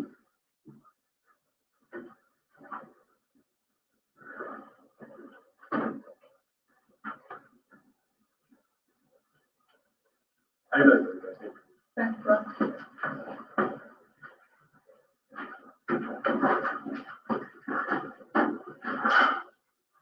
Good morning, Sheriff. Good morning. Now, you are Naziah's maternal grandmother, right? Correct. You're also her adopted parent, right? Correct. And you said you adopted her in 2016? Yeah, should have been, 16. Okay. Is her birth mother still around? She is. Okay. Does she have a relationship with her? No. She doesn't have any type of relationship, no contact with her that you know of? Well, let me say this. I don't deal with my daughter, so she really didn't have really no contact with Naziah like that. She only came around now and then. And you testified that you currently stay on Bedford Street? Yes, And right, I think you testified you live on 2 houses. correct. Right. And did Naziah have friends on Bedford Street that you were aware of? She had friends, but her friends didn't live on Bedford. Do you know if she ever had any friends over? No, Did she ever spend the night at any of these friends' houses? no, And at your prior neighborhood, did she have friends that she may have spent the night over? no. You indicated that there are approximately 6 children in the house. Well, not now. When he asked me about the address, Yes. I lived at two houses, which is on the same street of Bedford. Okay, so the house that we lived in before, it was my children and my daughter's children. Your daughter being Shannon. No, Marquita. Marquita, Mhm. okay. And did Desire have any close relationship with any of these children particularly? Um, she was close with my granddaughter, one of my granddaughters, yeah. Which granddaughter is that? Josiah, Janiyah. All of their names are similar.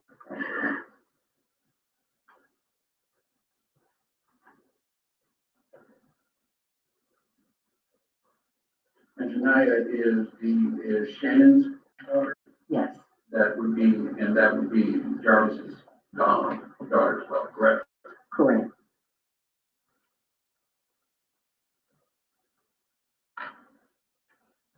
And at your Bedford Street address, how many adults live there?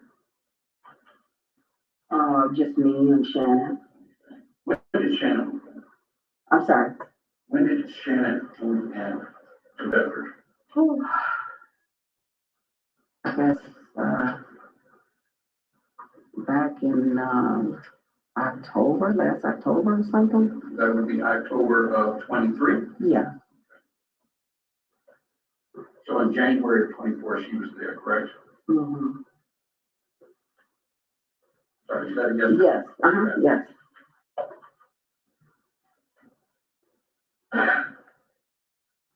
And you indicated that Desire participated in social media. She did participate in social media. She was on social media a lot of times when she wasn't supposed to be. So, did you see her post or did you follow her post? I didn't see her really posting anything. I mean, at times when I did check, I didn't find anything. Then most of the time, if she did post something, my daughter's one would, let me know, if she posted something. So you don't know who her social media friends were? The only person that I know that was one of her classmates that she would post little things with one of her little classmates. But that appears to say there are some things you did not know. Yeah, well, something, yeah. Mm-hmm.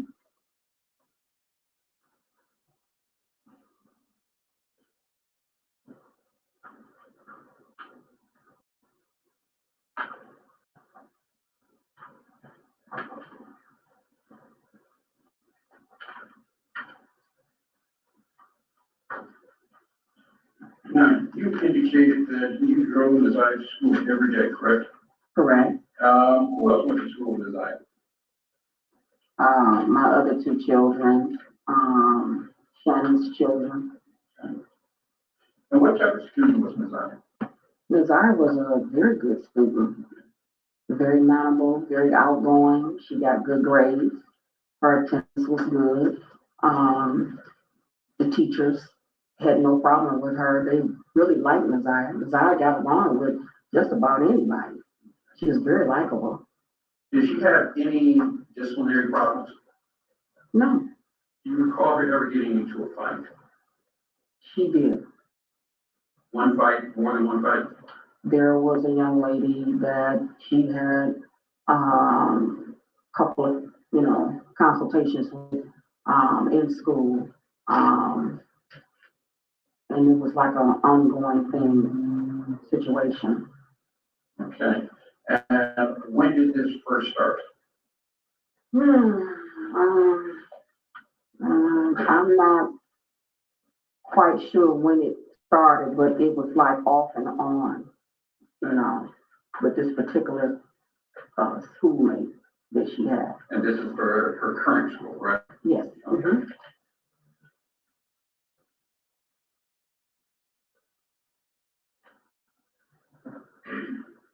And did Desire participate in any extracurricular activities?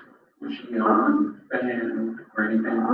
She liked it, gym, robotics, art. I mean, she liked a lot of things that she was, involved in, And within these things, cause her to have stayed after school. The only time she stayed after school was when she wanted to be enrolled in an after-school program.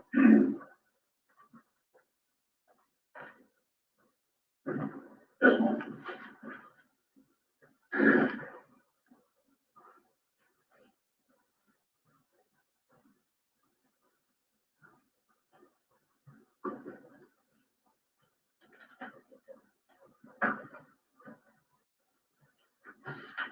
Just wanted to step back a moment.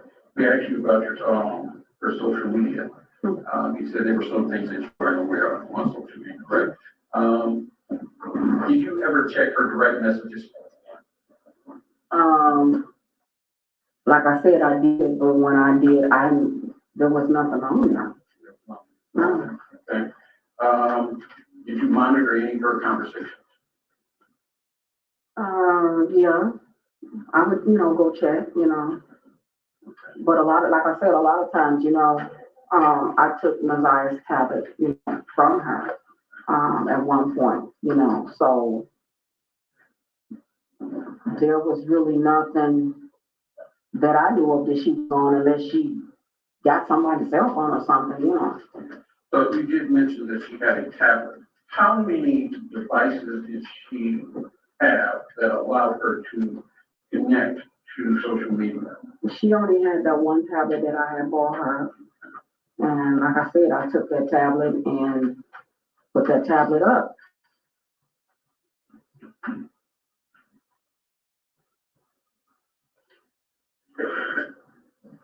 So on January 9th, you took her to school, correct? Correct. And you said it was her and two of your other children? My two other children and my daughter's children. I dropped them all off.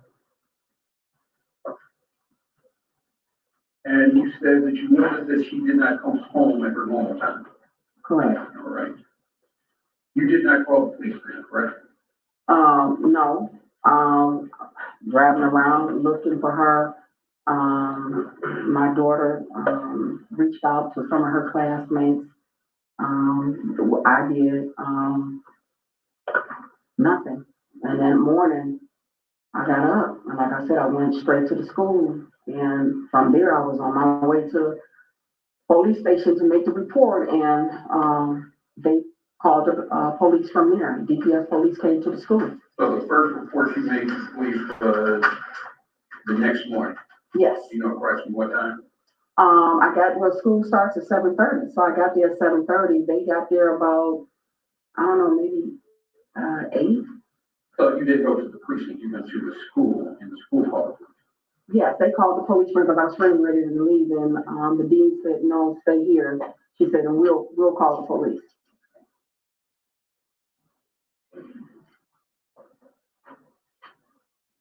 Now, you mentioned that you are familiar with Mr. Butts, correct? I know Mr. Butts. Okay. And he dated your daughter, Shannon, correct? Correct. They did have 5 children, correct? Correct. And the children, did all the children stay with you and Shannon? Yeah. Now, I don't want to give too much detail on the kids. What were the mix of the kids, boys and girls? Can you repeat that? What were the mix of the kids, boys and girls? Well, I have a boy and girl, and Shannon has her 3 boys and her 2 girls. So she had 3 boys and 2 girls. Okay.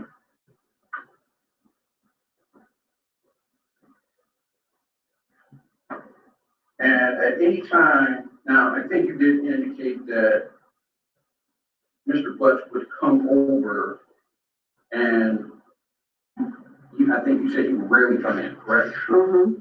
But he would come in on occasion, correct?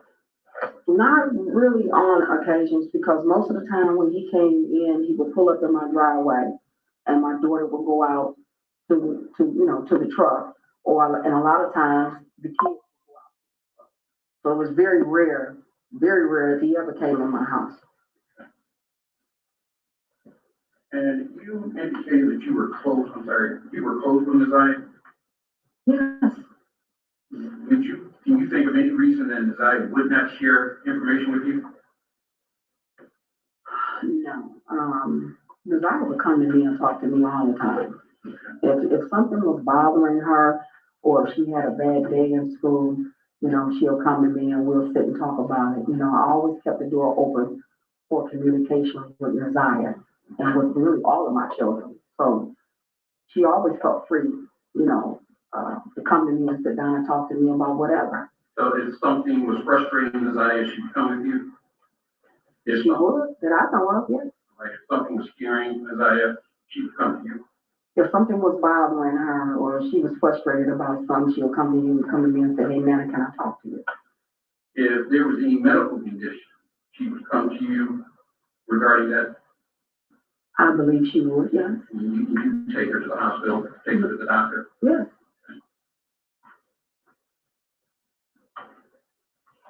Just a moment. Mm-hmm.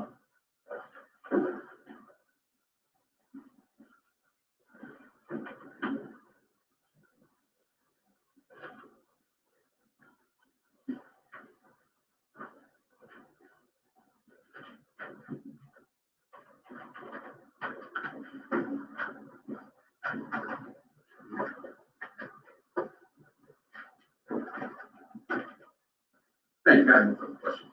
You ready? Ms. Harris, I just have a couple more questions for you. Mm-hmm. When Mr. Riggins was asking you questions, you said that Mr. Butts would come and sit in his car, right, outside your house? Yes. And you said that the kids would go and out to the car. Yes. Which kids would go out to the car? His kids. Would Naziah ever go with his kids out to the car? If Shannon was out there, she would.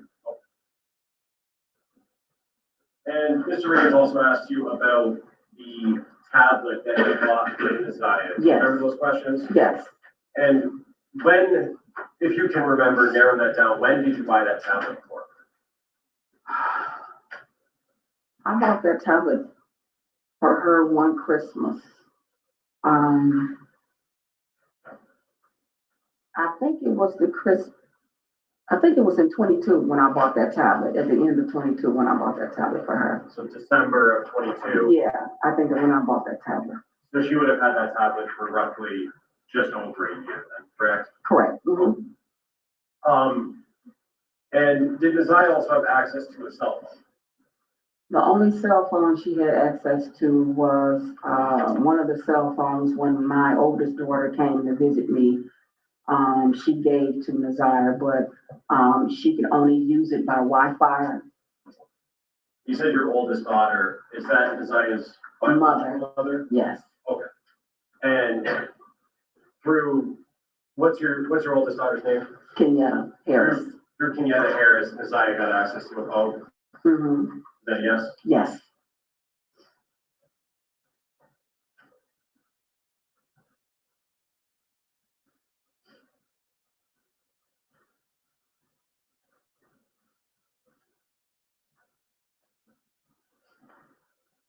Mr. Riggins also asked you about Naziah staying after school. You said that there was an after-school program she was involved in? Yes. On January 9th and in January of 24, was she still involved in that program? No, I took her out of it because she was having problems with one of her schoolmates at that time. The same person that he asked me about before that she didn't get along with. The same person Mr. Riggins asked you? Absolutely. And so on the 9th, she was not supposed to stay after school? Correct? No, she was supposed to come straight home.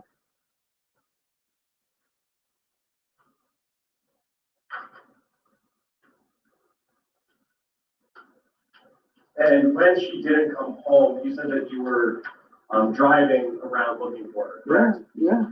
Can you tell us a little bit more about what efforts you made on the night to locate her? When I went to the school to go pick my son and daughter up because they were also in the after school program, picked them up, went back to the house.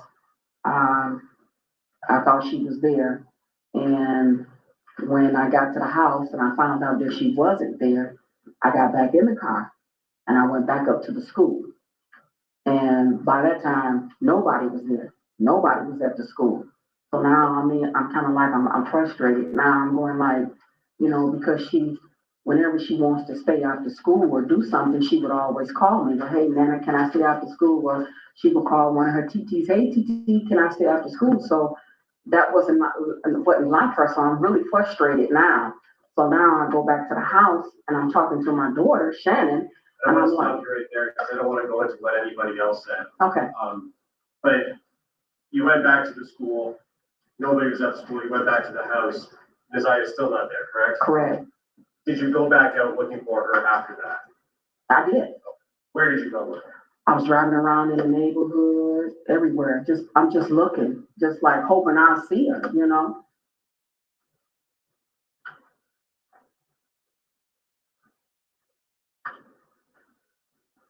Yeah, one more.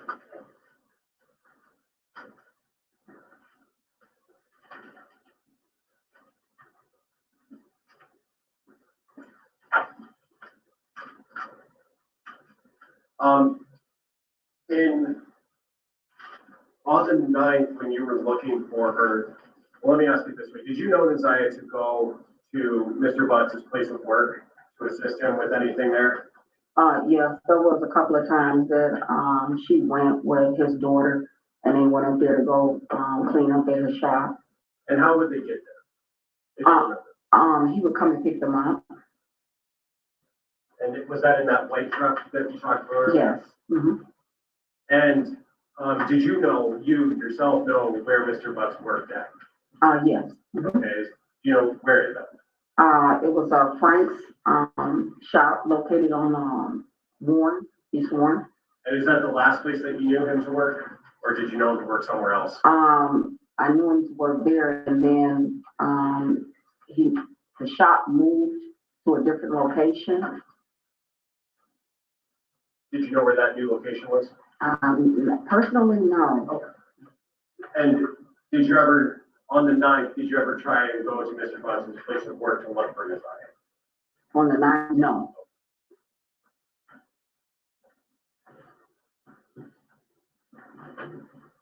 Nothing further, Justin. If you're done testifying, watch your step, please exit. Okay.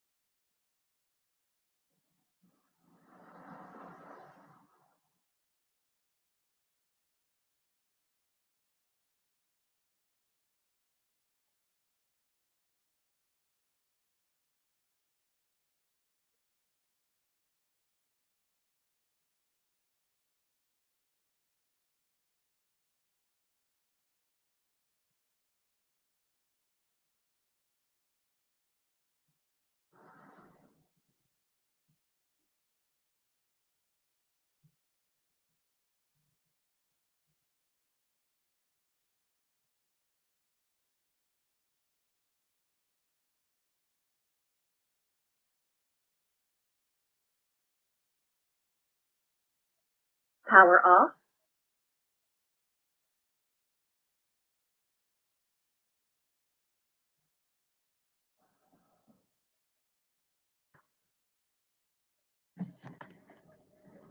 Damn, I didn't even realize we wasn't here.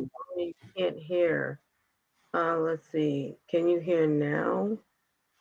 We can hear you, but I don't hear anything else.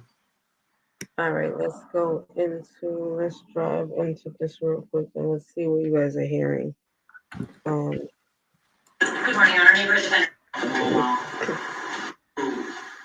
Gotta go back like 3 minutes.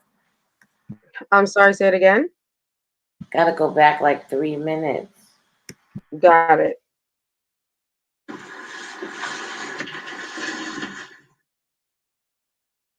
Let's go back about 3 minutes and Sonya said she couldn't hear at 12:36. So it's 12:39 now, 12:40. all right, here we go. In January Can you hear now? of 24, how old was Isaiah at that time? Yeah.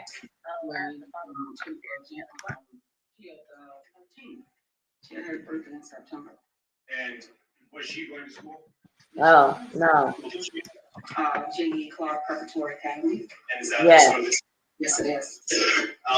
just generally, can you tell us about your morning routine with the kids, specifically Isaiah, getting them to school and things like that? Sure. Okay. 6 a.m. That's when I get the children done. They usually get up, get dressed, prepare themselves. About 7:15, 7:20. We're basically saying prayer and we're loading up in the car. I'm dropping them off at school at 7:30. Breakfast starts at 7:30, and they like to eat breakfast at school. And does that include Isaiah? You would drop her off at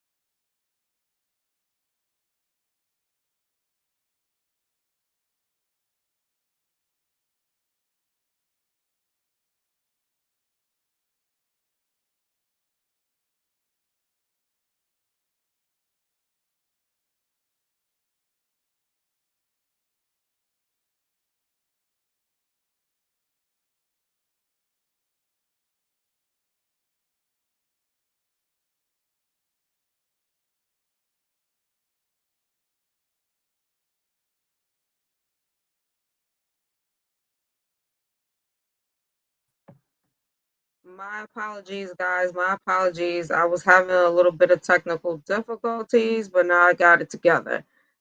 We going back to where we left off when it comes down to Nizea's grandmother, and we just was going back a little bit to like the 3 minute mark. And I get the children off. They usually First Lady OG, are you in the building? Probably gonna have to go back and cut that off. Cut what off? All of that dead space. Oh yeah, I'll go back in. I'm so sorry about that. Yeah, I was having they kicked me out. All of that. I'm gonna start playing the audio of Antoinette Harris, which is Isaiah's grandmother. So let's just run it back a little bit. Tell me when you want me to stop. And does that include Isaiah? You would drop her off at JE all together, yes.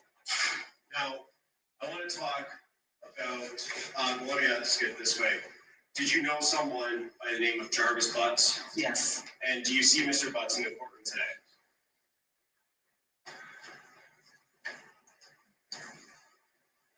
If you need to stand up and look around.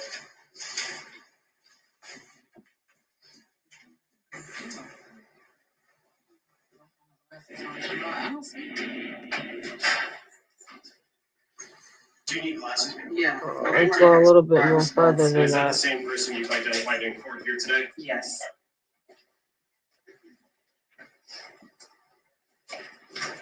And Ms. Harris, how did you know Mr. Butts back in January of 2024?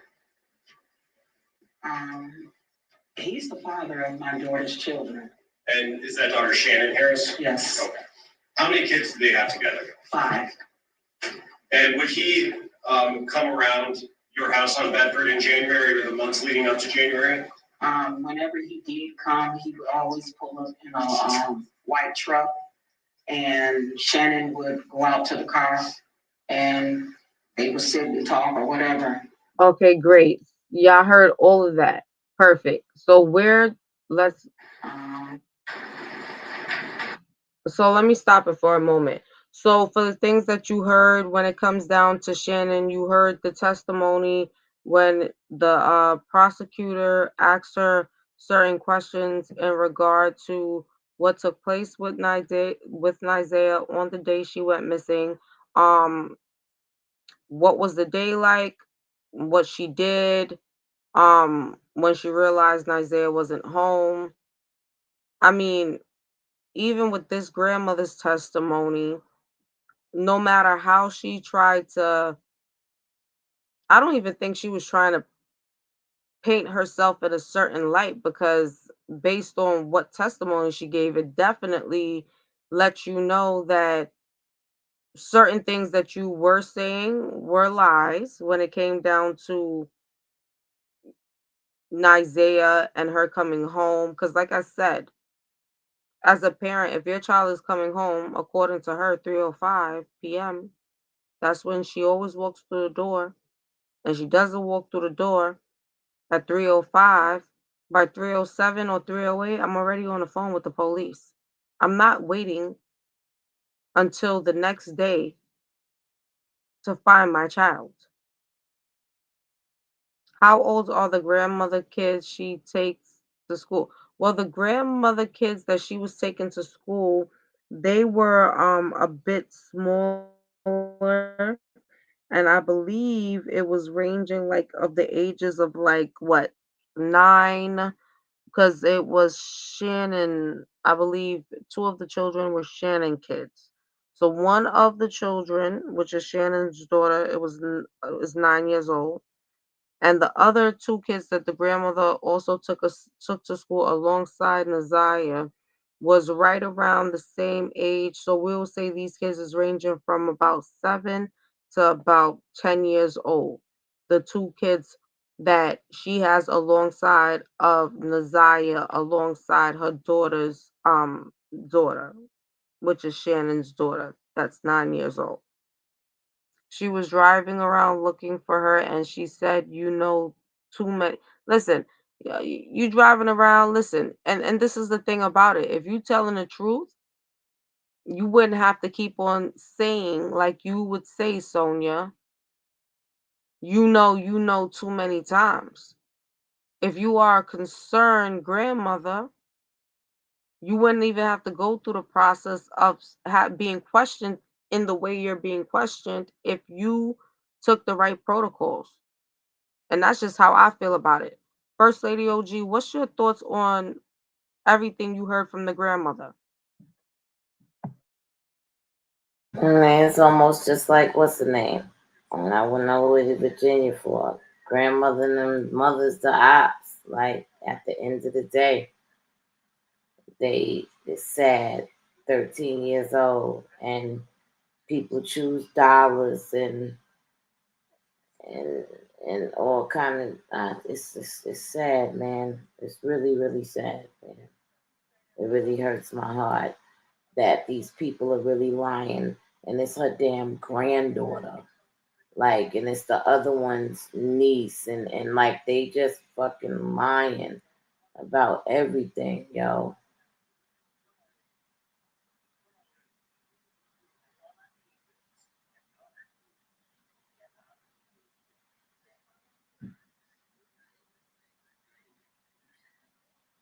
I absolutely think I feel the exact I mean, I have the same sentiments. And the thing about it is based on how you're trying to explain your normal routine and the things that you do, even certain pictures that were captured.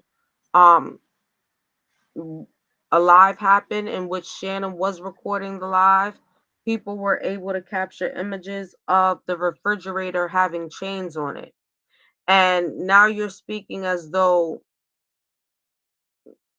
you don't know anything, you reached out, you wanted to make sure that she was okay and all of that shit. Bullshit. I call bullshit. We all call bullshit. Why?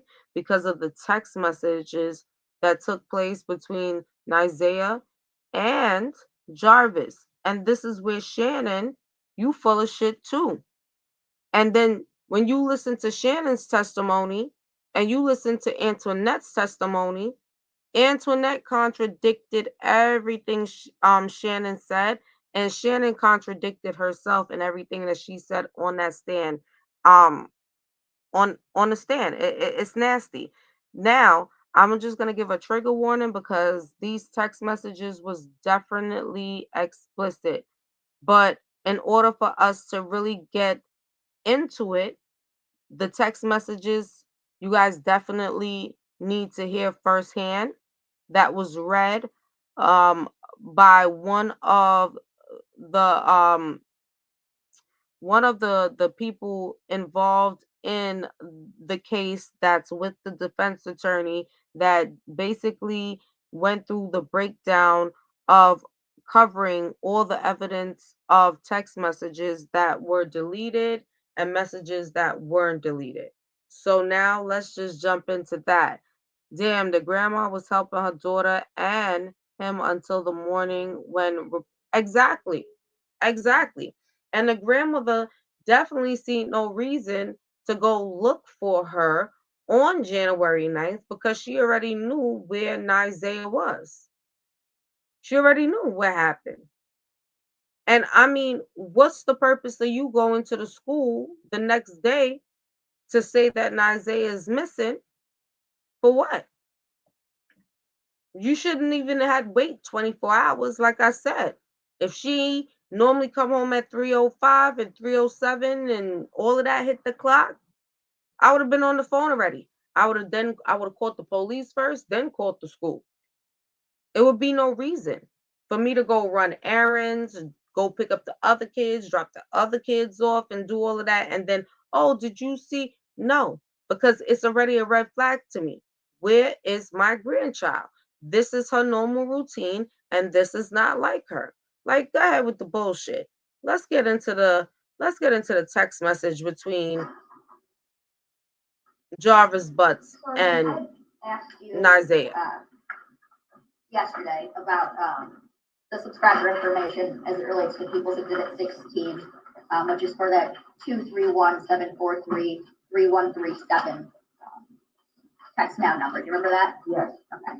And I had asked you about the phone ownership date.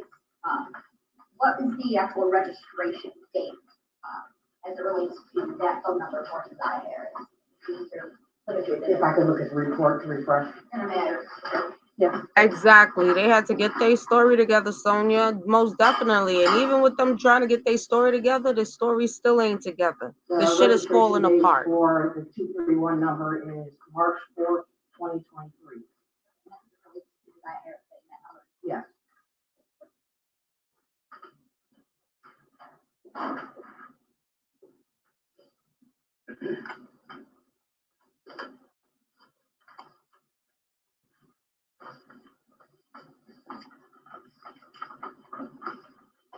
Now, I want to just backtrack a little bit before getting back to the messages. You had stated yesterday that when you searched Mr. Buck's home, you had found some guns. Yes. Did you, in any other searches, did you find any other kind of weapons? Yes. And what were the, well, first, where were they found and what were they? When we had searched Neff, there was a firearm inside the vehicle, the same vehicle that had Mr. Buck's phone. That firearm was later determined to be registered to Kashiana. When we searched Mr. Buck's car, there were several like kitchen knives in there throughout the car, various sizes. There was the weapons that were inside his home. And I believe that was as far as any weapons. There might have been some other type of blunt instrument or something, but nothing significant that I documented. Okay. And Mr. Butt's vehicle that Escalade was processed. Yeah. And those items were sent to the lab. Yes. And it's along with Miss Latricia Johnson's Nissan. Yes. Okay. Now I want to talk in your training and experience, having been with police for 24 years. Have you seen types of wounds made through clothing? Yes. Okay. Now you saw the black hoodie that was recovered had some holes in the head, in the hood area. Yes. Okay. Now, are you familiar with what, like either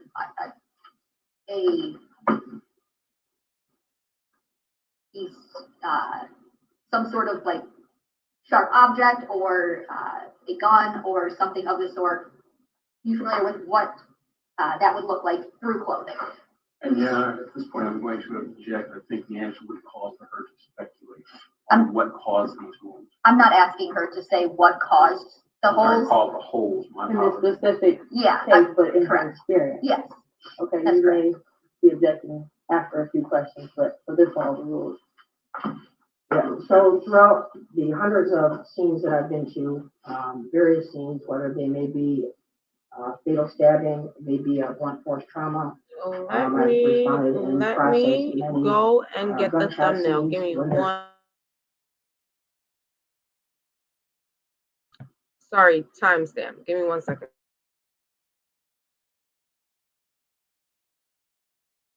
So now here we go. We're jumping right into the text messages. 2022 at 22:15 hours UTC. She says, bald head Janiyah, come here. And that's your number, that's not Mr. Buck's. Correct.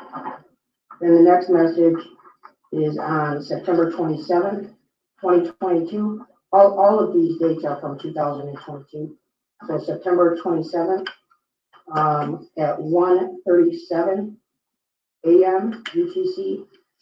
It is sent to Mr. Butt's phone. We fitnessing, happy birthday.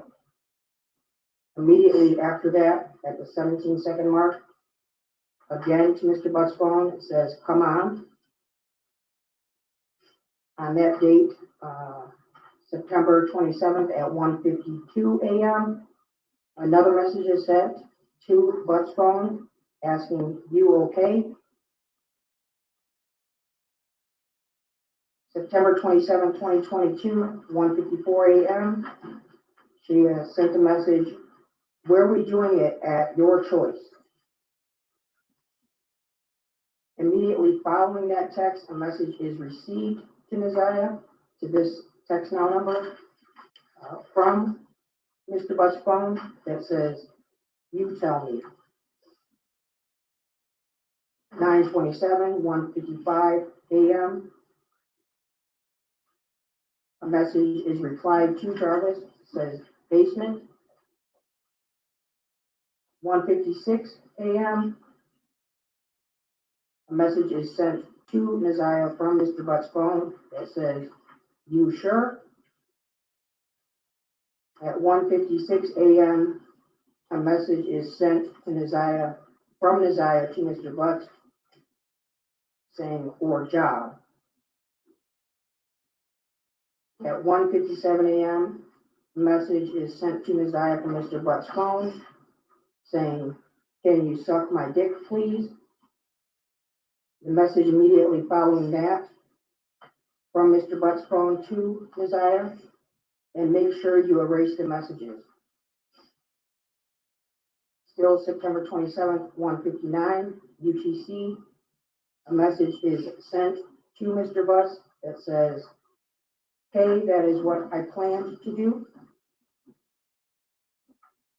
Another message is immediately following that at 2:01 to Mr. Butt. "You turn me on just looking at you," and then there's a bunch of letters, which possibly is maybe an image that was sent that doesn't capture on the messages. 2:02 a.m. Neziah sends another message to Jarvis, "What time to be in the basement?"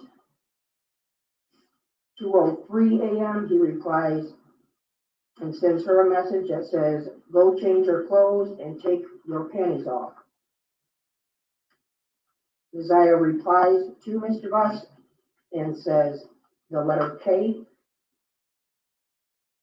At 2:10 a.m., so 7 minutes later, a message is sent from Neziah to Jarvis's phone.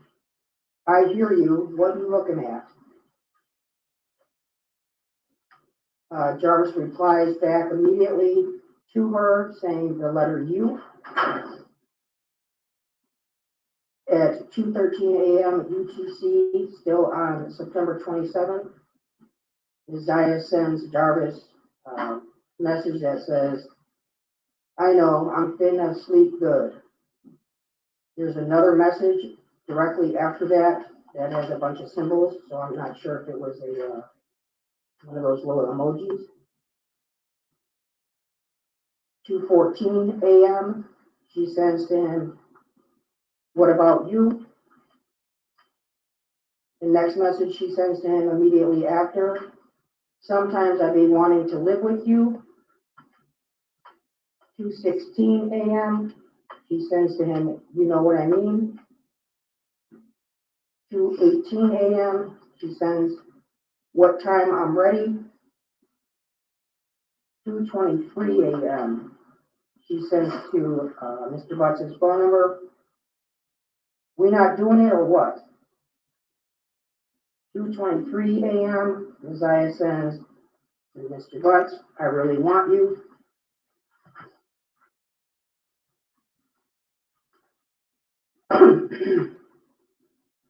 This is still on the same day, September 27th, 2022. This is now 2:23 a.m. UTC time. Mr. Butts replies to Neziah, "Yes." 2:24 a.m. Neziah sends, "Pull your car down the street and come back. I'll be waiting." 2:25 a.m. Jarvis's phone replies back to her, "Come ride with me and Nye, N-I-Y." 2:25 a.m. she replies, "Did they say I can come?" At 2:30 UTC, she sends him a message that says, I'm sorry, but love you. 2:30. UTC, he immediately replies back, come on. 2:31, Desire replies, I can't, I'm going to get in trouble. The next message is at 2:35. She sends, when you come back, drop Nye off, pull your car down the street, and I'll come in the base, I'll be waiting. Then immediately after that, she sends, basement, please. Jarvis replies, okay. At 2:40, Jarvis replies, you in the basement yet? Immediately after that, Desire replies back, yeah. Now we are the next day being, it's now September 28th, 2:28 a.m. UTC. She sends Jarvis a message that says, are we doing it tonight? I'm ready, fresh out the shower. Next message is a reply from him to her. Well, this is September 30th now at 1:25 a.m. UTC. He replies, yo. September 30th, 2:59. She replies, you coming over? She then sends another message directly after that, don't have school. At 3:07, a reply is received to Messiah from Jarvis saying, yep. She then replies, hey, we'll be waiting. At 3:17 a.m., he sends another message, she sends a message to Jarvis that says, text me when you get here. At 3:21 a.m., this is still September 30th date, Jarvis replies and sends a message to her saying, outside.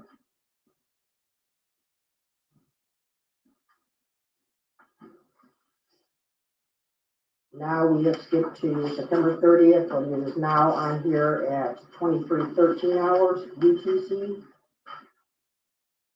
She sends a message to Jarvis saying, hey boo, you coming over? The next message is now October 1st, 2022, 1:51 UTC. She sends a message to Jarvis asking, you coming?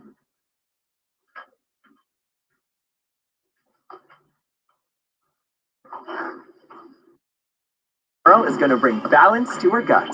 2 gummies a day keep the... All right, so now let's stop right there and just listening to just the text messages between them two alone just depicts altogether the inappropriate relationship.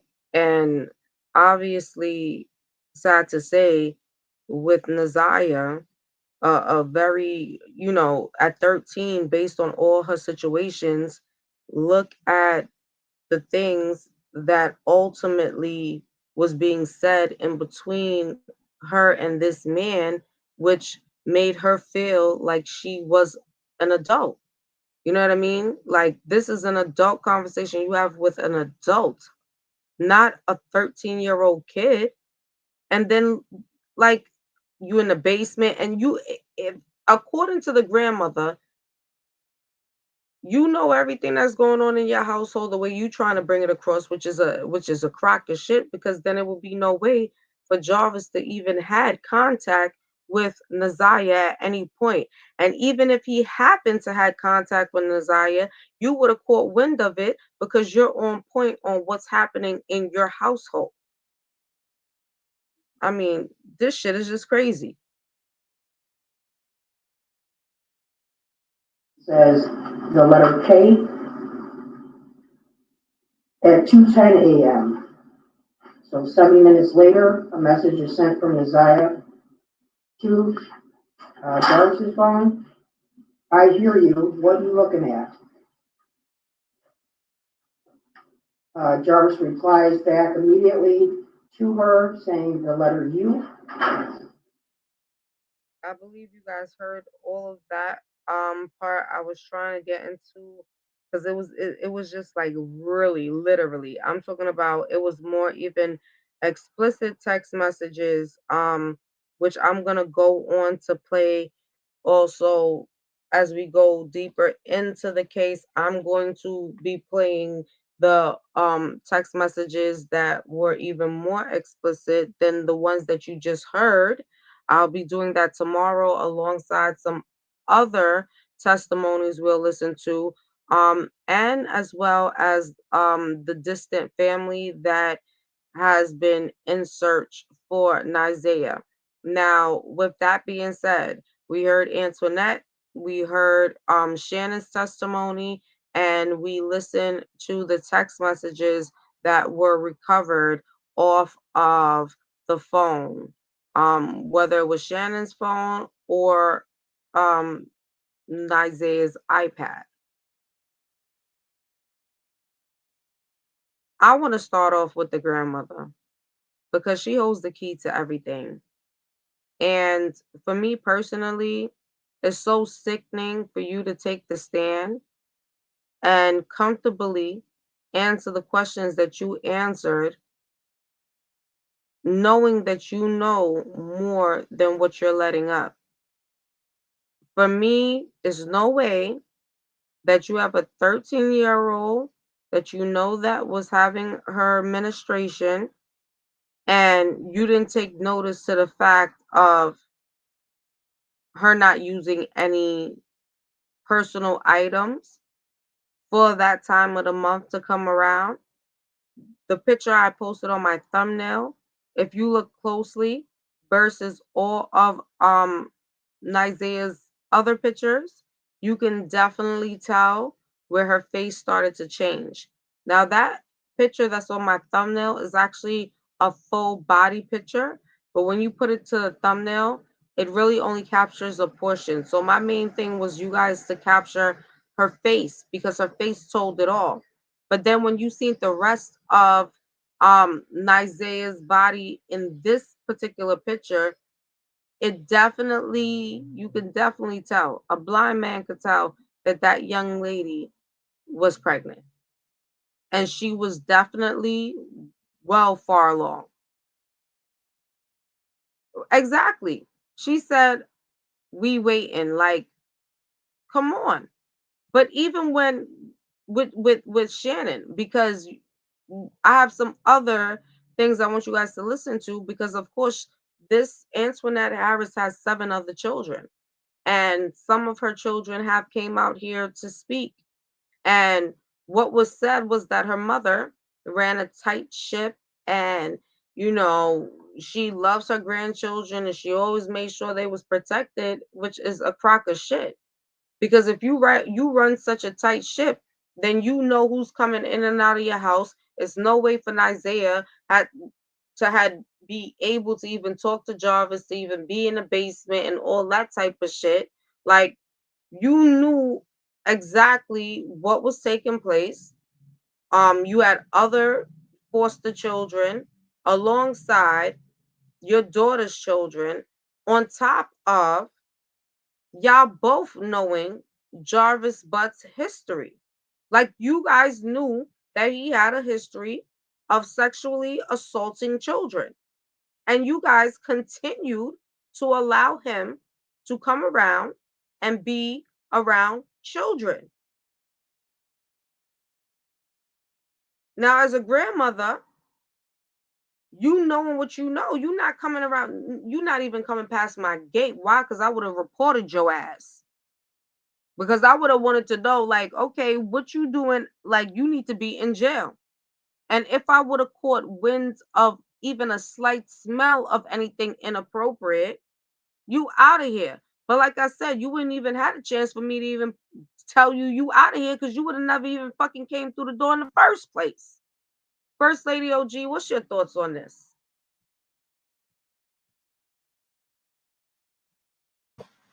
First Lady OG, you in the building? Oh man, I just can't. Everybody's lying. A little girl done lost her life. These people still playing games. I don't know, though. There's so much going on. Yeah, it's so much going on. A little girl has, but Trying even not with to that, you or still don't not have the decency that. to even. I mean, I'm thinking that this shit could go deep. Like, I'm thinking like, damn, is you getting paid to supply Sharon? Because it's Listen, just so much it could seem around this the way, but circumstances. Do you know Savage caption was 40 years of CPS? That's how far this lady and her family goes back in CPS, 40 years. So why does she have 11 children? that part. And then it goes, as you said, it goes back 40 11 years, but it years. goes back even further than that because the man in which you see, listen, I don't even want to talk about that right now either because we got to break it down when I tell you. But just to give you an insight, the mother is struggling with drug addiction. The mother is struggling with drug addiction because of the pain that she went through by her own mother, allowing people to feel comfortable enough to violate her, and then her be thrown out to the wolves by her own mother because you want to keep a man. Hmm.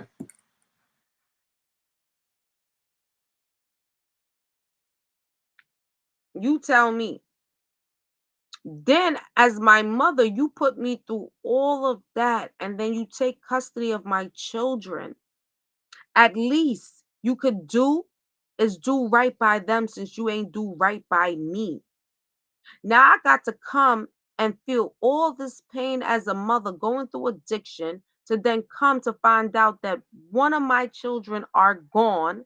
I would never see them again. I don't know where, not even a proper burial because the body ain't there for me to even say that I'm gonna put her to rest and that's the last time I'm gonna see her and say my last words. None of it.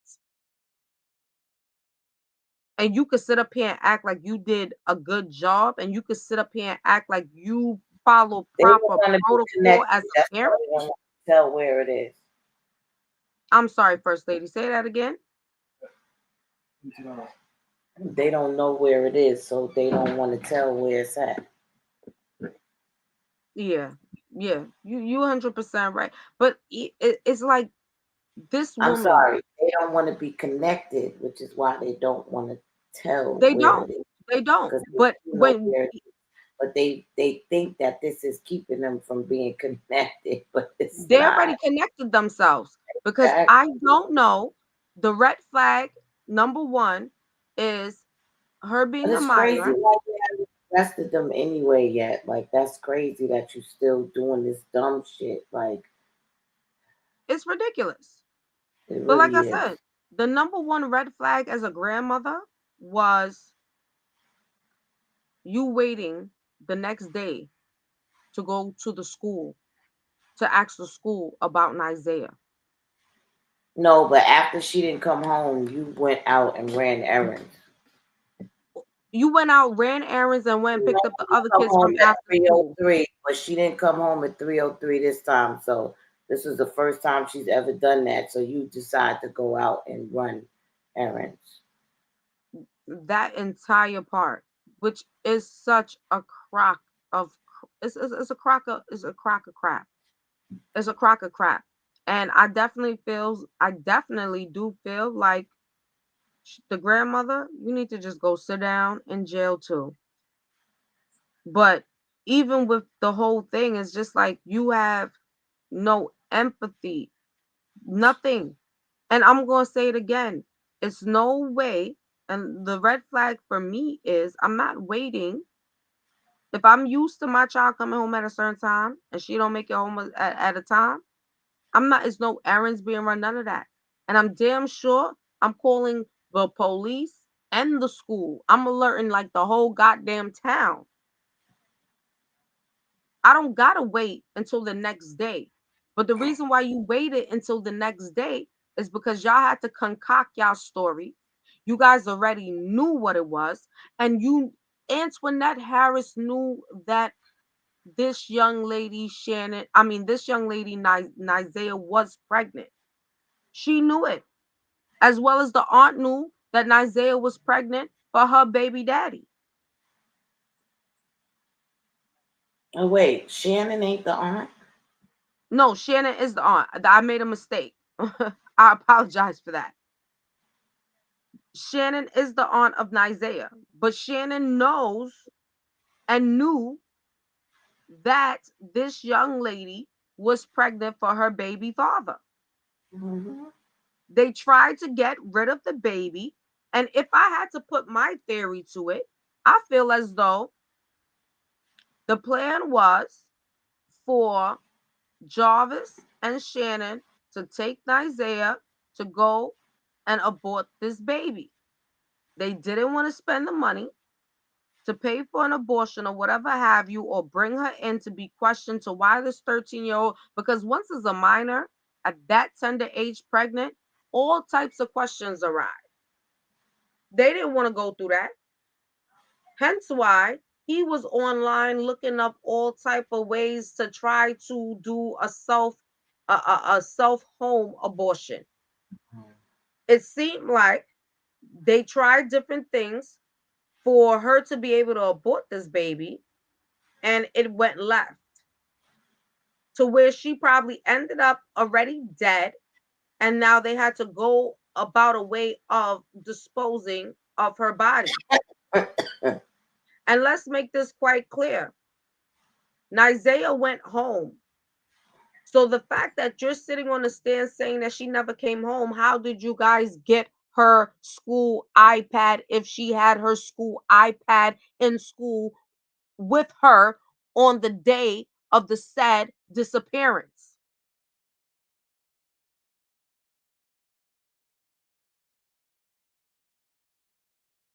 When her teacher took the stand to speak and explain, yes, Nizea was in school. They went back and seen how long she was in school up until school ended. So if she disappeared from when school ended, how did you guys get her iPad? And how was it feasible for Nizea to leave your home in one outfit and end up in a whole different outfit than that then was discarded?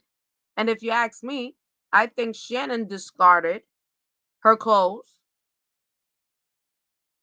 Like, you can't be serious. It's too much red flags. It's too much red flags. Way too much red flags when it comes down to this situation and the grandmother. Then the text messages. It's just so much different things. They saying the grandmother was sleeping with this man too. Like, I'm thinking some deeper type of pedophile ring, because everybody around her is pedos and she allows them in. Her But let's boyfriend, make this quite clear. a son-in-law. Like, come on, and It's, you don't it's a care lot that of your them that's granddaughter involved. Even just, Shannon's twin sister. But we're yeah, gonna get into that because the mom Shannon's twin been said sister, that is on been on something different from when they was in school, because they probably done been twisted too. they've been twisted. But Shannon's twin sister child was very scared of Jarvis and was in distress behind seeing Jarvis. And when it was asked of the little girl, why you ran, why are you crying, like what's wrong? The little girl stated that Jarvis asked her to perform fellatio on him. Yeah, but that was her very first time going over there. So you tell me. But that was reported to CPS. And this is what I'm saying. It was reported to There's CPS a by couple of another family member that because was Shannon, as nor reported of Shannon's sister, reported it. And the saddest part about it is Shannon's twin sister, baby's father, is now getting wind of it because of the awareness of Jarvis going to jail and all that's coming out throughout the preliminary hearing. But neither Shannon nor just her now. sister reported what was said to this little girl. Of course It took not. distant family to report it. Y'all, when I tell you this case is so heart-wrenching, it definitely is. I'm going to keep on talking about it. We're going to keep on going through the breakdown. And I hope towards the ending of this process, and I hope all content creators keep on speaking on Nizea's case. At least we will pray that these people, if nothing else, open your soul to accept the things that you did and allow this baby to allow this baby's spirit to just rest peacefully. She didn't go out peacefully. Like, you know what I'm saying? Like, at She least, didn't even live peacefully. Like, come right? on, man. At least let her rest peacefully. Like, Fucking tortured her as a child. All right, we 3 hours in.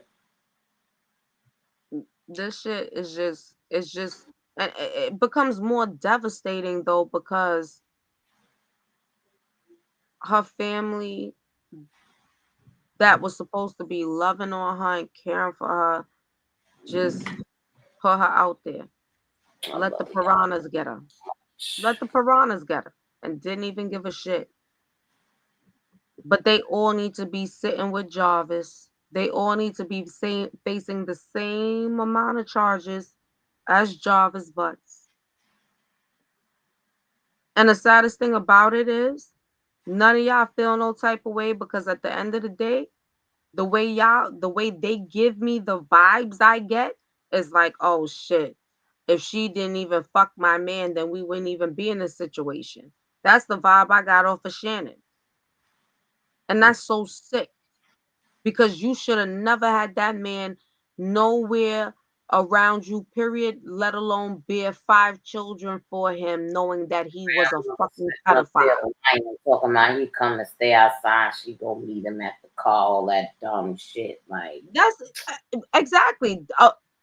She come meet him at the car. No, he don't come in my house. So how was it feasible for him to have a full blown relationship? that part How did he get her underwears? for 2 years. But if ACS had Two got wind years. that it's a 13-year-old pregnant and then do their investigation on who she got pregnant by and all that stuff, that would have caused problem for the grandmother's money. And like I said, the ultimate plan probably was not to kill Nizea. The plan, I personally feel, was to try and get rid of the baby that she was carrying. But in the process of them doing that, the young woman ended up passing away. And they discarded of her body and they discarded of the clothes. And where they found the clothes, I feel like her body is not too far away from there.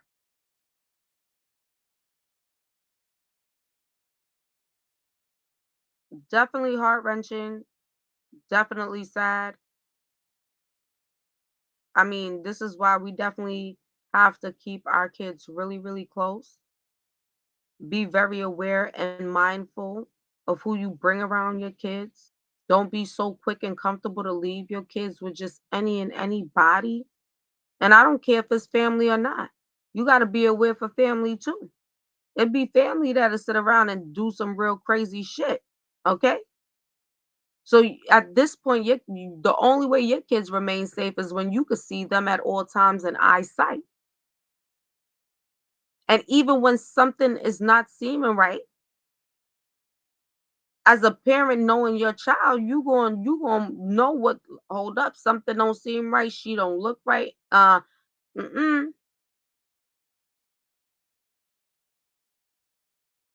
But the fact of the matter, you knew he was a predator.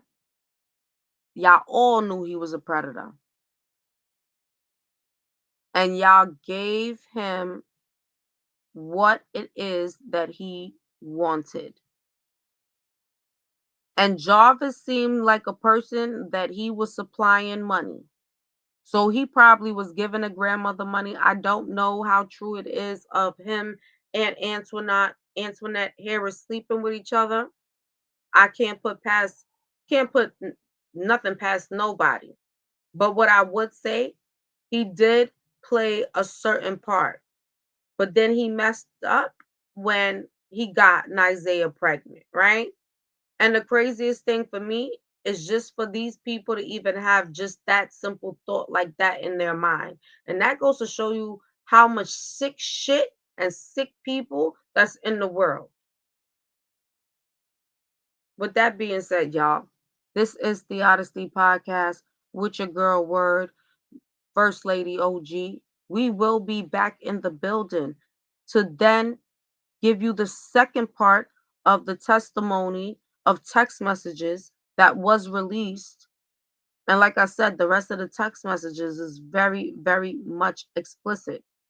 And then we're going to dive into Nizea's estranged family that definitely played a part in bringing awareness to her missing and awareness of situations that was inappropriate that took place with children that were in the care of Antoinette and in the care of Shannon and in the care of Shannon's sister. And then the mother has 7 children. And out of the 7 children, it's a couple of the children that's coming out here to be in defense of their mother. And I want you to really take a listen to what was being said, because even with the children, it's just sickening. Because you know what your mom said on that stand at this man's preliminary hearing was a bunch of shit, bunch of pure lies. Like I said, y'all, we're going to be back with another one on this Nizea Harris case. We are going to continue to talk about her and bring awareness to the case. She definitely needs to be found, at least to have just a peaceful and a restful home going. And I feel like even if her body is not recovered, that she still deserves to have a memorial in her memory. And all of the people that played a part in the reason to why she's gone right now definitely needs to face charges. Um, justice for Naziah Harris. And very, very sorry for all the people that failed you, baby girl, because you was definitely beautiful and you had a bright future. Had you had different people in your life that meant you right and was there to protect you and love you the way you deserved to be. Um, yeah, guys, we'll be back in the building. I love you guys so much. Thank you guys for pulling up on me. Thank you so much, Sonia. I appreciate you so very, very much. Thank you for pulling up on me, putting your insights in there. You know what I'm saying? It's always a great conversation. You always put things in the comment box, send the emails over, and I appreciate you for that. Thank you, Hank the Hillbilly. Hank, thank you for pulling up on me. Thank you so, so very much. I appreciate you. I appreciate all of you for pulling up on me. All of my subscribers, Bush Watchers, Replay Gang, I love you guys so, so very much. Last but not least, my beautiful moderators, because I can't do this I can't do this without you guys. Like, you guys keep me in the algorithm, you keep the content pushing, I'm gonna keep the content going. And I appreciate you guys just for being willing to come on this journey with me. Like, thank you very, very much. It's highly appreciated. Remember to go subscribe to Martyr the Smarter Virtual Assist 10:01 a.m. in the morning right here on YouTube. Also, Savage Royalty True Crime TV right here on YouTube. Go subscribe if you're not subscribed. Hit the notification bell so every time Martyr the Smarter or Savage Royalty True Crime goes live, you guys will be notified.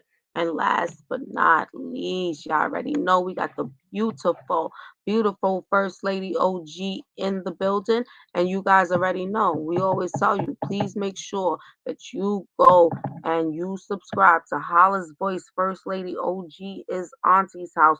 Make sure you hit the notification bell so when First Lady OG goes live, you won't miss it. Cause I'm telling you, it's another place you definitely gonna want to be. Cause when I tell you, it's a bunch of jewels to be dropped, and it's so powerful when great minds come together. We become more powerful and strengthened at that point. With that being said, from my family to yours, I love you guys so so very much. I send all the blessings to you all from my family to your family. And now I'm going to hand it over to the First Lady OG. Peace, love, and light, everyone. Thank you so much to Sonia for sticking it out as long as she can. I know it's late. It is Friday, so we was hanging out. Y'all could have been anywhere else, but y'all chose to hang out here with us on a Friday night, so we appreciate that. Whether you coming through on the replay, whether you was here with us, to everybody who ran through right quick just to tap the buttons for us, we appreciate you just as much. So if you didn't hit the like on the way in, make sure you hit it on the way out. Don't forget to hit the bell to subscribe so you never miss a live. Definitely look at I Am Auntie House, which is me. I gave y'all at Martyr the Smarter and at True Crimes with Savage Royalty or here on YT. And I can't forget Life Coach 614. Y'all stay tuned. Y'all help us push the narrative. I don't want to get too far going because it just makes me know with all the kinks and turns that it's something else I need to be paying attention to because there's too many of us getting caught up on this situation and it's a school shooting and all kind of other fake shit going on. Oh, excuse me. It's a lot of things going on that we have to pay attention to. So, the twists and turns and everything that's going on with this case. I mean, after a while, y'all see what happens. Believe it or not, even when they say someone passed away, right now it's a child. But look how they make the case just so redundant. Everybody's so in it for a couple of days and then it disappears and you never hear nothing or hear anything about it ever again. This is another one of our children. We in this to save the children. So I ask that everybody, hey, put y'all hashtags out there, justice for Zanaya, because her whole goddamn family is lying. Her siblings and all the other people that's being taken care of or that was being looked after by them people need to get the hell away from those people. They all sick. The nieces, the daughters, they're all sick. And they all need help. And nobody else's children belongs around them because they don't even need their own children. So y'all just continue to put the word out about Naziah Harris. Again, pay attention. Keep your eyes on the swivel. We can't stay in the low frequencies too long, y'all. We have to keep doing what needs to be done. For us, keep loving yourself. Keep pushing. Love is the first thing. Love is the answer. Love is the key. Lead with love and you will ascend to the next level. With that being said, peace, love, and light, and we'll catch y'all on the flip side of the day. Peace.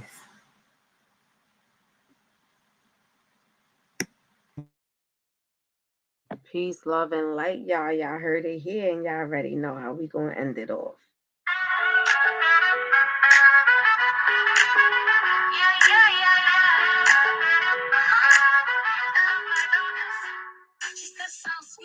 Got the city on a vibe with that justice in her name is where the truth comes alive. From the headlines to the plot, she's got her ear to the ground, serving news that's real with the beat and a sound. Word on the street, justice in the air, bringing you the truth with the Caribbean flair. Celebrities and community, big stories and small. Word brings the light so you don't feel the fall. A calm in the storm with that urban kick. She's got style and grace like a journalistic trick. From the heart of the city to the outskirts wild, she captures the world like a camera dial. Word on the street, justice in the air, bringing you the truth with the Caribbean flair. Celebrities and community, big stories and small. Word brings the light so you don't feel the fall. A calm in the storm with that urban kick. She's got style and grace like a journalistic trick. From the heart of the city to the outskirts wild, she captures the world like a camera dial. Word on the street, justice in the air, bringing you the truth with the Caribbean flair. Celebrities and community, big stories and small. Word brings the light so you don't feel the fall. She paints a shades that aren't black or white. In the ink of her stories, there's always some light. No matter where you are, you'll hear her call, echoing the truth, standing tall. Word on the street, justice in the air, bringing you the truth